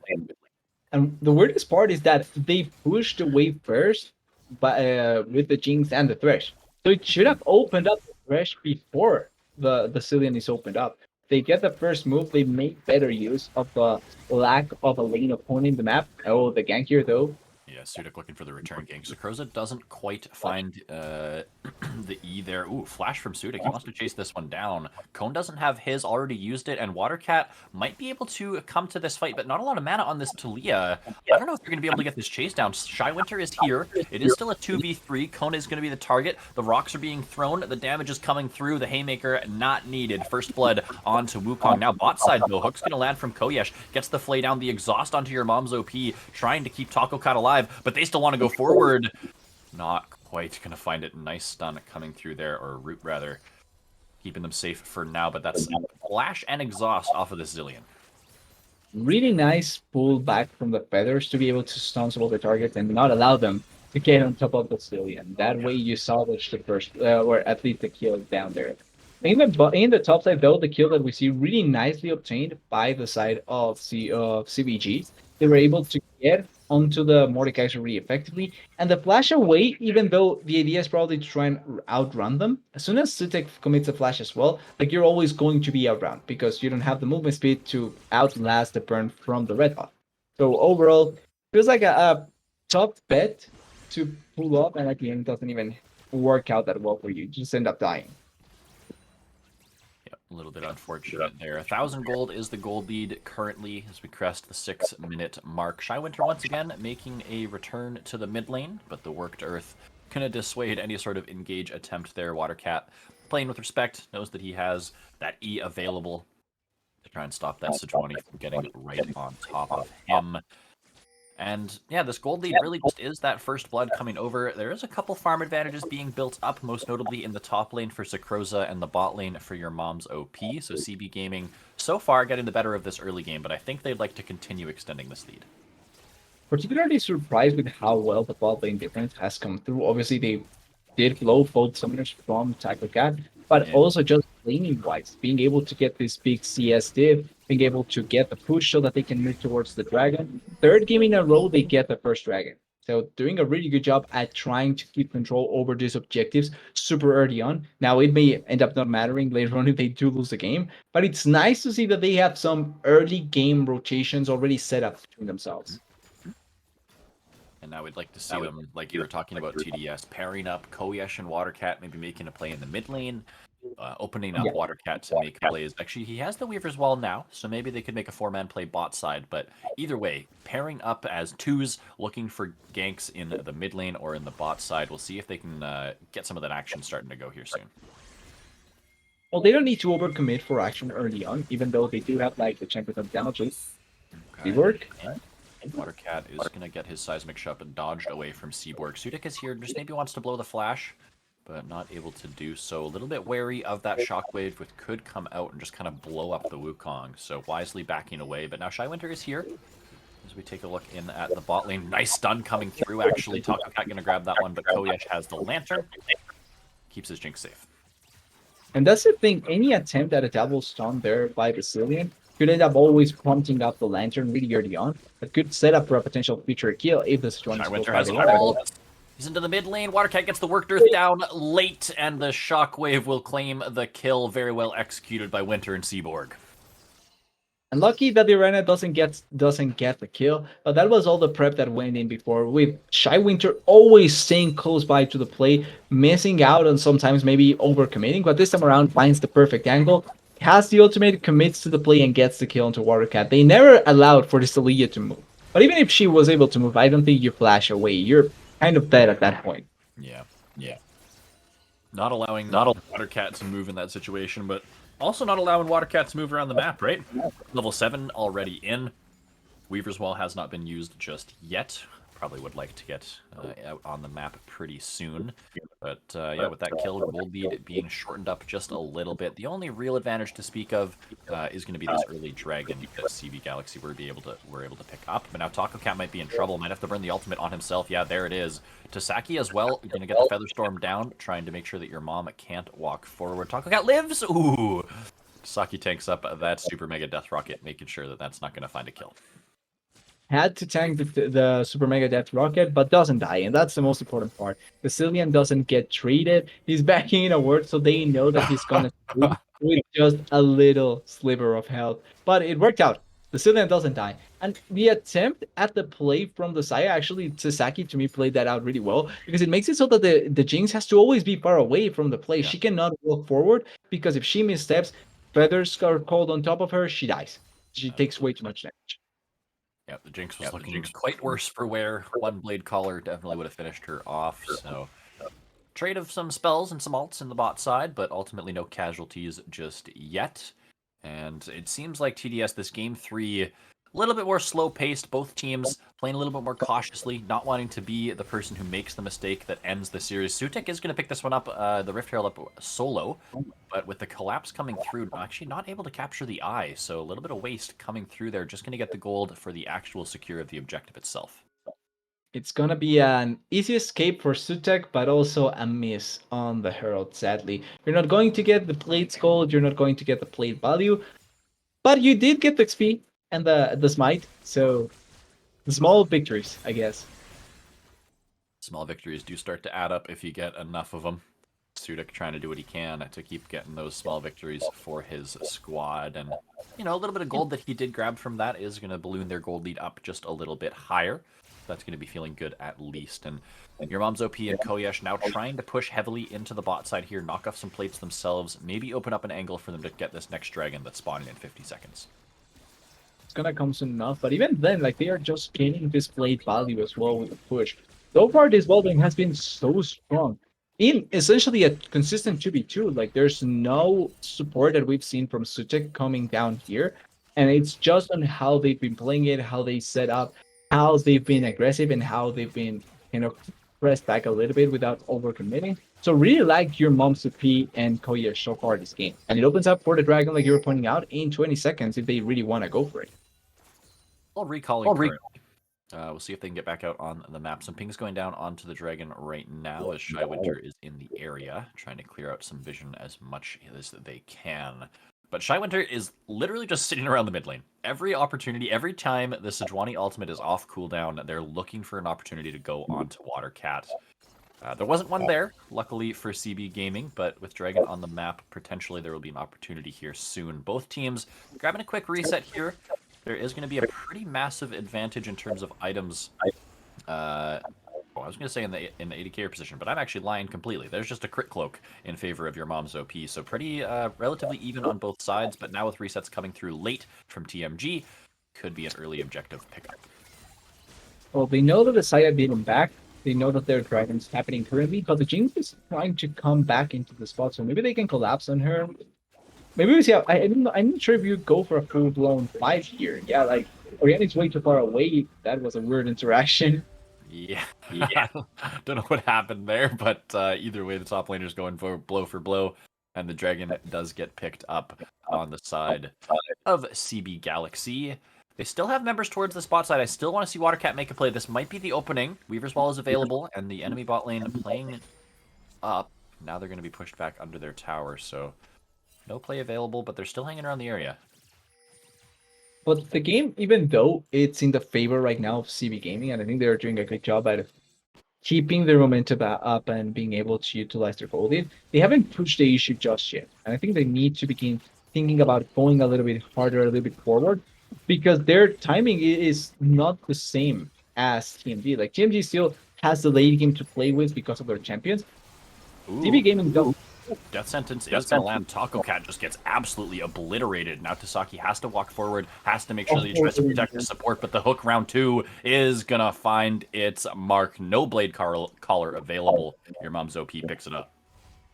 Once again, not sure if the flash was needed because of the rocket range, extra range that you to get, but better safe than sorry. They get the kill onto the Cillian. It goes to the Jinx, which is the most important champion on the side of CBG. And as we were talking about them not really Topside play. forcing much more, they really get this play. Really nice first home. I wanted the Weavers. I wanted the topside. I got a little bit too excited there, but It always becomes when we win anyway. Yeah, not able to get out on the map just yet. Here is the CVG mid laner. And so now, okay, 1 kill on the Jinx. That feels pretty good for your mom's OP. What's the next play here for Sutik or for the rest of CB Gaming? Well, CB Gaming already has the 2 dragons, so I feel like they're playing for to try and obtain an early soul and maybe force an early Elder, which they get so much value out of if they can force it. Once again, I think that late game wise, it can become a really difficult game if they give the opportunity for late game to come from TMG. But if they have a huge lead where the Jinx has 2 items or has 1 item ahead of the Saya, I can see them just steamrolling fights as well because the Jinx is a hyper carry and she's really unstoppable at some point in the game. Yeah, pretty much the best 6-item AD carry, at least in my opinion. Sudik's back into the top side. He's got the flash. Oh, yeah, they just destroy Cone. Even with the flash, he's going to go down. Sakroza and Sutik invest the flashes of their own, but it's another kill up here on the top side, punishing Cone on this blind pick Mordekaiser. They didn't even give them an opportunity to utilize the ultimate from the Mordekaiser. at least force a 1v1. No, they commit for the play and they get the kill. But the answer here, there's no vision. Shy Winter has the ultimate, so this could be a good counter setup. Oh, your mom's OP just casually sidestepping that one. Maybe wants to go back for the lantern, decides against it. I think that was a wise call, and maybe a little bit lucky there from the Jinx positioning, but either way, going to get away from that nice gank out of Shy Winter. Now here comes the first Weaver's Wall of the game. Shy Winter's going to get caught out, does have the Optic Assault to get over the wall. Bot lane here, though, have to be careful. Nice double bomb from Taco Cat, going to provide some space, but the Zap's going to find its mark. The hook might come in as well. The Seismic Shove, there's too much CC. He can't even hit the R key, and they find another one. This one picked up by Sutik. That was really well done at the end. They dissuade the attempt in the gank so effectively. Your mom's OP and Koyesh, they just played around it super nicely. Then they bait enough time out of the members from TMG so that the Wukong and Watercat can come down in a really timely manner. And yes, even though the first work ground doesn't get much, oh no. That's just a lantern on out, but now here comes the Featherstorm, the flash, the pullback! Tasaki's trying to find the kill, he's trying to turn this one around, he will do exactly that, but topside, the mid laners are in a tussle here as well. Seaborg able to use that blast cone to get out over the wall, but a really nice collapse, a really nice play from Tasaki and Shy Winter here on the bot side. And I had to caster curse it. I had to say, I have to give props to your mom's OP and to Koyesh. I don't think you care. Okay, gonna work out for it here. Yeah, a little bit of an overstay from Tasaki. Sutik in the area, gonna punish that one. That looked really weird at the start, but it still worked out for Koyesh. They get the kill onto Tasaki. So at the end, it's a trade of 1-for-1 because they kill the AD carry for your AD carry that just won. Also, quick thing, I just wanted to make fun of a thing that we saw in the previous game. That's why you take Flash. Yeah, that's why you take Flash in the Saya. It worked out really well. Yep. Exhibit A right there. Your mom's OP. Take notes on that one. One thing that I actually want to point out in this game is Sutik with 3 kills has this Divine Sunder already up and available. Should be going for a Black Cleaver second. I think this Wukong being ahead does so much for their team comp. It makes the dive so much more formidable. When the Black Cleaver comes through, shredding some of the armor, making your mom's OP damage just hurt that little bit more. I think Sutik piloting this champion very, very well through the early stages of this game and has to continue to do so to give his team a chance in this one. It's really going to be a lot on how much value can now Sutik going to get, because this is one of the spots where your mom's OP is taking too much damage. It's one of the spots where the Wukong is really strong. Oh, Hook's finding his way onto Zaya, but the ultimate from the Zillion is going to find its mark. Good ultimate onto the backside from Shy Winter, trying to zone them out of the fight, but there's just too much damage on the side of CB Gaming. Cone is here. Cone is slamming. Cone is going crazy, but he's going to get slammed into the ground himself. And CB Galaxy continue to push this game. They're going to grab up their 3rd dragon of the game. It is Cloud Soul Point for them in game number 3. And give the point here. Yes, the teamfight victory is for the side of CB Gaming, but give the points to Koyesh because it all starts with him getting the most important target out of every target that you can get. Yep. Gets Saki in a perfect spot, even with the Cillian ultimate. Insta died, gets revived, yes, but you're reviving into a spot where you're dying again, so it doesn't really matter. Really good teamfight coming in from CB Gaming. They took advantage of their gold lead like they needed to. The Wukong goes in aggressively, gets so much value with his lead. Same for the Talia, same for the Zed. And this is the thing, like we talked about late game potential for TMG, but at 1.5 items, this is where we want to see the fights come through from CBG, and they played it off so well. Absolutely. Great hook from Koyesh to start it all off. I mean, Tasaki didn't even get the chance to hit his Arky. Like, he just died. Yeah, he got revived, but like you say, really didn't matter in that situation. And now the gold lead starting to balloon here just a little bit.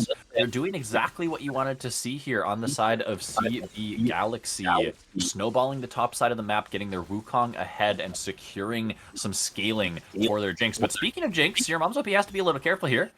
Caught up with some CC, but luckily for him has Koyesh in the area. They're trying to take out this Rift Herald a little bit sneakily. They're spotted on vision now.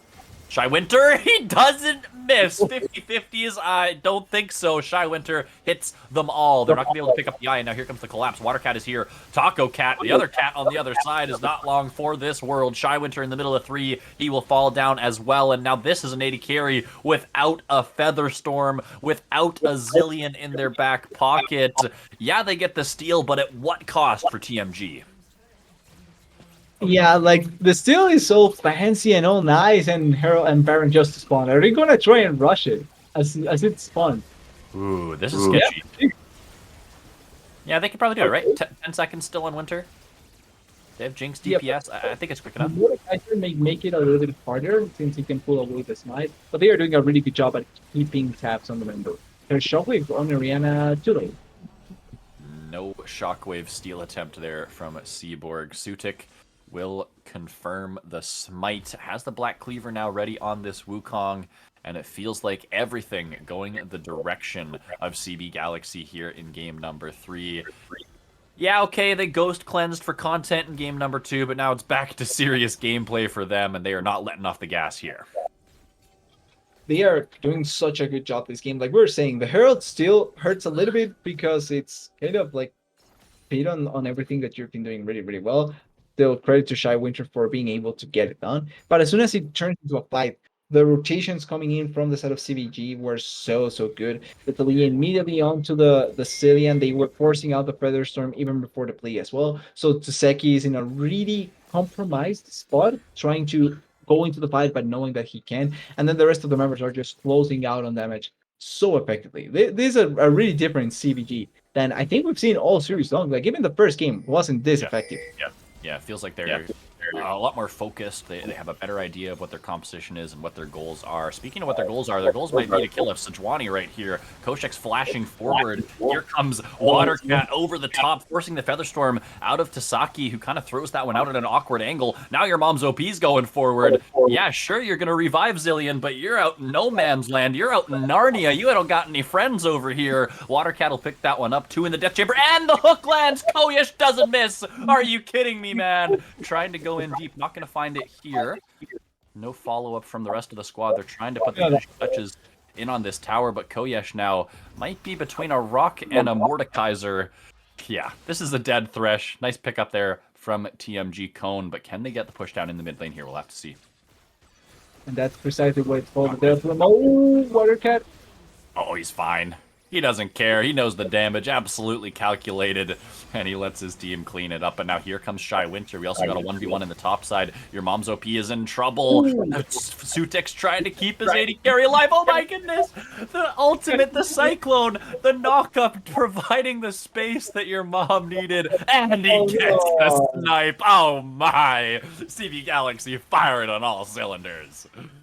Like, this is such a different game that we've seen all series long, really. It's just complete and utter CB domination. They're doing whatever the hell they want. And even in situations where in the first game we saw them making mistakes, like they're still going aggressive, but they're not making the same mistakes. And it's all showing here. They are so far ahead. They are so strong.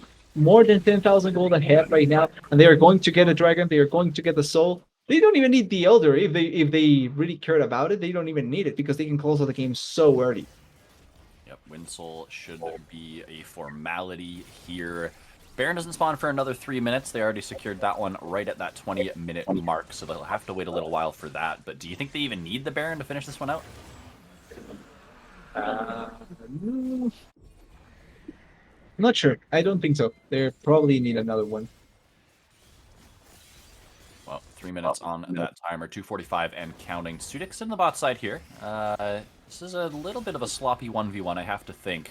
Team is coming to collapse. Maybe the Weaver's will come in time. He's dodging away. He's doing a lot of damage here. He's actually just 1v3ing. Now the team will come in. He gets the knock-up. He gets the kill. Seaborg is going to be the target. Okay. Pretty good ultimate there. Now they got the Sejuani coming in from the side. The Featherstorm's going to find it onto your mom's OP. Can they finish off the Jinx? Yes! The shutdown will go through. But now Watercat stands tall. Sutik 1v1ing the jungle counterpart on the other side of the fight.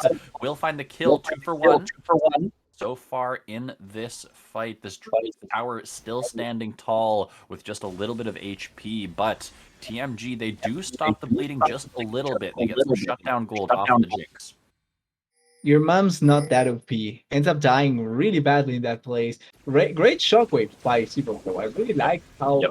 he ended up on the side to get just enough distance so that he can get the pull into the Jinx. Getting that kill into the Jinx was really, really important. But like the fact that the Wukong 3v1 feels like way too scary though. It's not like he's going to get stronger and stronger the longer the game goes. But it's still scary to see the Wukong 1v1 being able to 1v3 so effectively and still don't die. Yeah.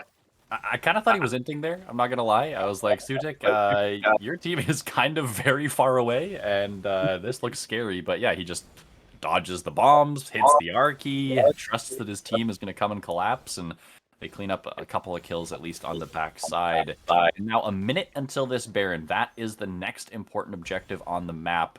It's over a 10,000 gold lead. So now the question is, TMG, where do they make their last stand? Where do they look for that miracle fight? Because it's probably going to take a couple team fight victories before they're starting to get their carries online and in a position where they can start contesting this game. You would think Baron. Oh wait, it's Rosa. Okay, he's got the Good flash. Ooh, dodges away from the Glacial Tomb. He's got some teammates on the way, but he doesn't have a lot of spells left here. Okay, yeah, Koyesh just going to drop the Lantern, get him out to safety. It's flash for ulti, which in a vacuum benefits the side of TMG since they blew less to try and get the kill, but it's still not that big or that meaningful, especially because Baron is up in 20 seconds. Rosa. So Rosa is going to be there to be able to fight. Oh, they're going to get collapsed. Yeah, they're way out of position. This is the Jinx flank. Your mom's OP just doesn't even care. He's going to blow the ultimate off of their crew. But wait, the carries are here. The Shockwave find its mark, but it's not enough. Oh my goodness. They are in and they are not leaving. CB Galaxy 4 in the death chamber. They are going to be on the victory march. The series is in their hands right here, and there is nothing TMG can do to defend their Nexus. TDS, this game was a world of difference from what we saw out of this series. It feels like CB Galaxy found that extra gear in this game number 3, and they are looking to close it out right now. Cone's in the middle of 5, and that is not a 5-man squad that he can take on. 27 minutes, 25-6. It's CB Galaxy with their first win of the season. And they get it. Someone had to win tonight and get their first victory. It's CVG at the end, playing a really good game 3. Like, yeah, game 1, game 2. Nothing to do with this game 3. This was CVG firing at all cylinders and doing everything right. They played it off so well, so effectively. Huge props to them. I think this has to be one of their best games so far this season. I agree. Game 2 definitely left a little bit to be desired on their side, I have to say, but definitely turning it around, finding the gas pedal finally in that third and final game. So I think TMG definitely had a good showing in game number 2, but it felt like it was on the back of mistakes from CB Galaxy, and maybe they realized that in game number 3, cleaned up some of those, and really there was no chance for TMG from beginning to end. CB Galaxy had their number, especially on the back of Sutik on this Wukong, just doing so much. I don't know what his scoreline was at the end. Let's see here. 11-0-8. That's a Wukong performance. Yeah. Really good. Like jungler, I think both junglers tonight were really, really great. So even though Shy Winter ends up losing this last game, it still pulled off a really good performance. Got a steal in the process, so not like you can ask for more of the game was going. But Sutek really put a lot, like, his carry pants on the side for this last game. And they needed it. The Wukong was the biggest difference maker, helped bridge the gap to this late game Jinx and your mom's OP. I mean, we saw it in the last fight, just so much damage coming out of that pick there as well. But that's going to do it for us here. Congratulations to CB Galaxy on their first win of the season. Any last words here, TDS, before we say farewell? I think we have an interview, just checking quickly to be sure. Okay. I think we do. Okay, yeah. Can we get them in here right away? What are we thinking here? Okay. So I think it's first a small break and then we come back to the interview. All right, everybody. Short interview coming right up. We'll be back in a couple.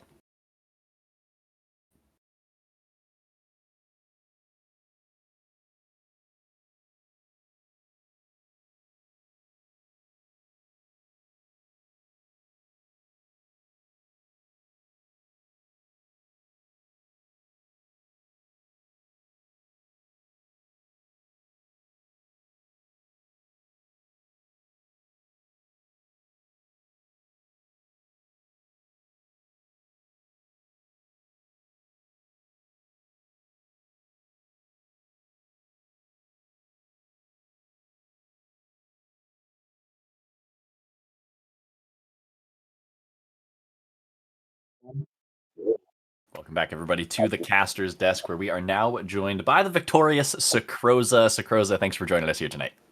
Thank you for having me. Well, first and foremost, how good does it feel to finally get the first win of the season here tonight? Feels great, honestly. We're popping the champagne already, so I'm missing out. All right, we'll keep it short and sweet then. Heading into this game, obviously one of the easiest matchups that you've had here. What were your expectations heading into this series? I've honestly been playing pretty well all split, so I honestly expected to do pretty well. My team honestly kind of meme banned a bit, but we take those, I guess, because I never get the ban 5 champions. So the 5 top bans, yeah. Yeah, Actually, I didn't even notice that until you just pointed it out. But yeah, very nice, very that nice. was total meme, but And then you still just picked the lock, set, win. which you picked in game 1 anyways. Yeah, just lock, set, and win. The Ornn is cursed, sadly. TDS, Yeah. TDS? Oh, TDS. EDS. Oh, what Is do it you guys cut? say? Oh, Is it cutting? sorry? Okay, is it cutting or? Oh, no, No, you're you're good. good now. Were you saying something? Yeah, we're like 100% win rate set, so I can't argue with that. True. It's the 5-head strat. I wanted to. Oh, sorry, you go ahead. Yeah, I just wanted to ask quickly, since we were talking about the set and that, do you get a lot of attention from your team both in draft and game, or are you comfortable just saying you can go do whatever you want on the rest of the map? I can carry by myself. I'm usually kind of like weak side player and kind of left alone a bit.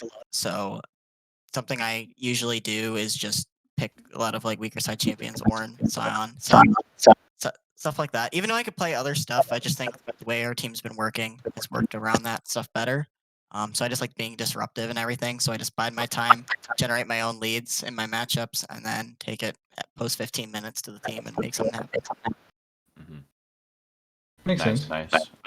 Looking at your guys' roster today, it was a little bit different than what you guys have kind of showed earlier on in the split. So is this the lineup that you guys are going to be working with moving forward? Did you make some changes coming into this week, or how's that all going to work for you guys? I know some people were unavailable, so we had to have those subs as well.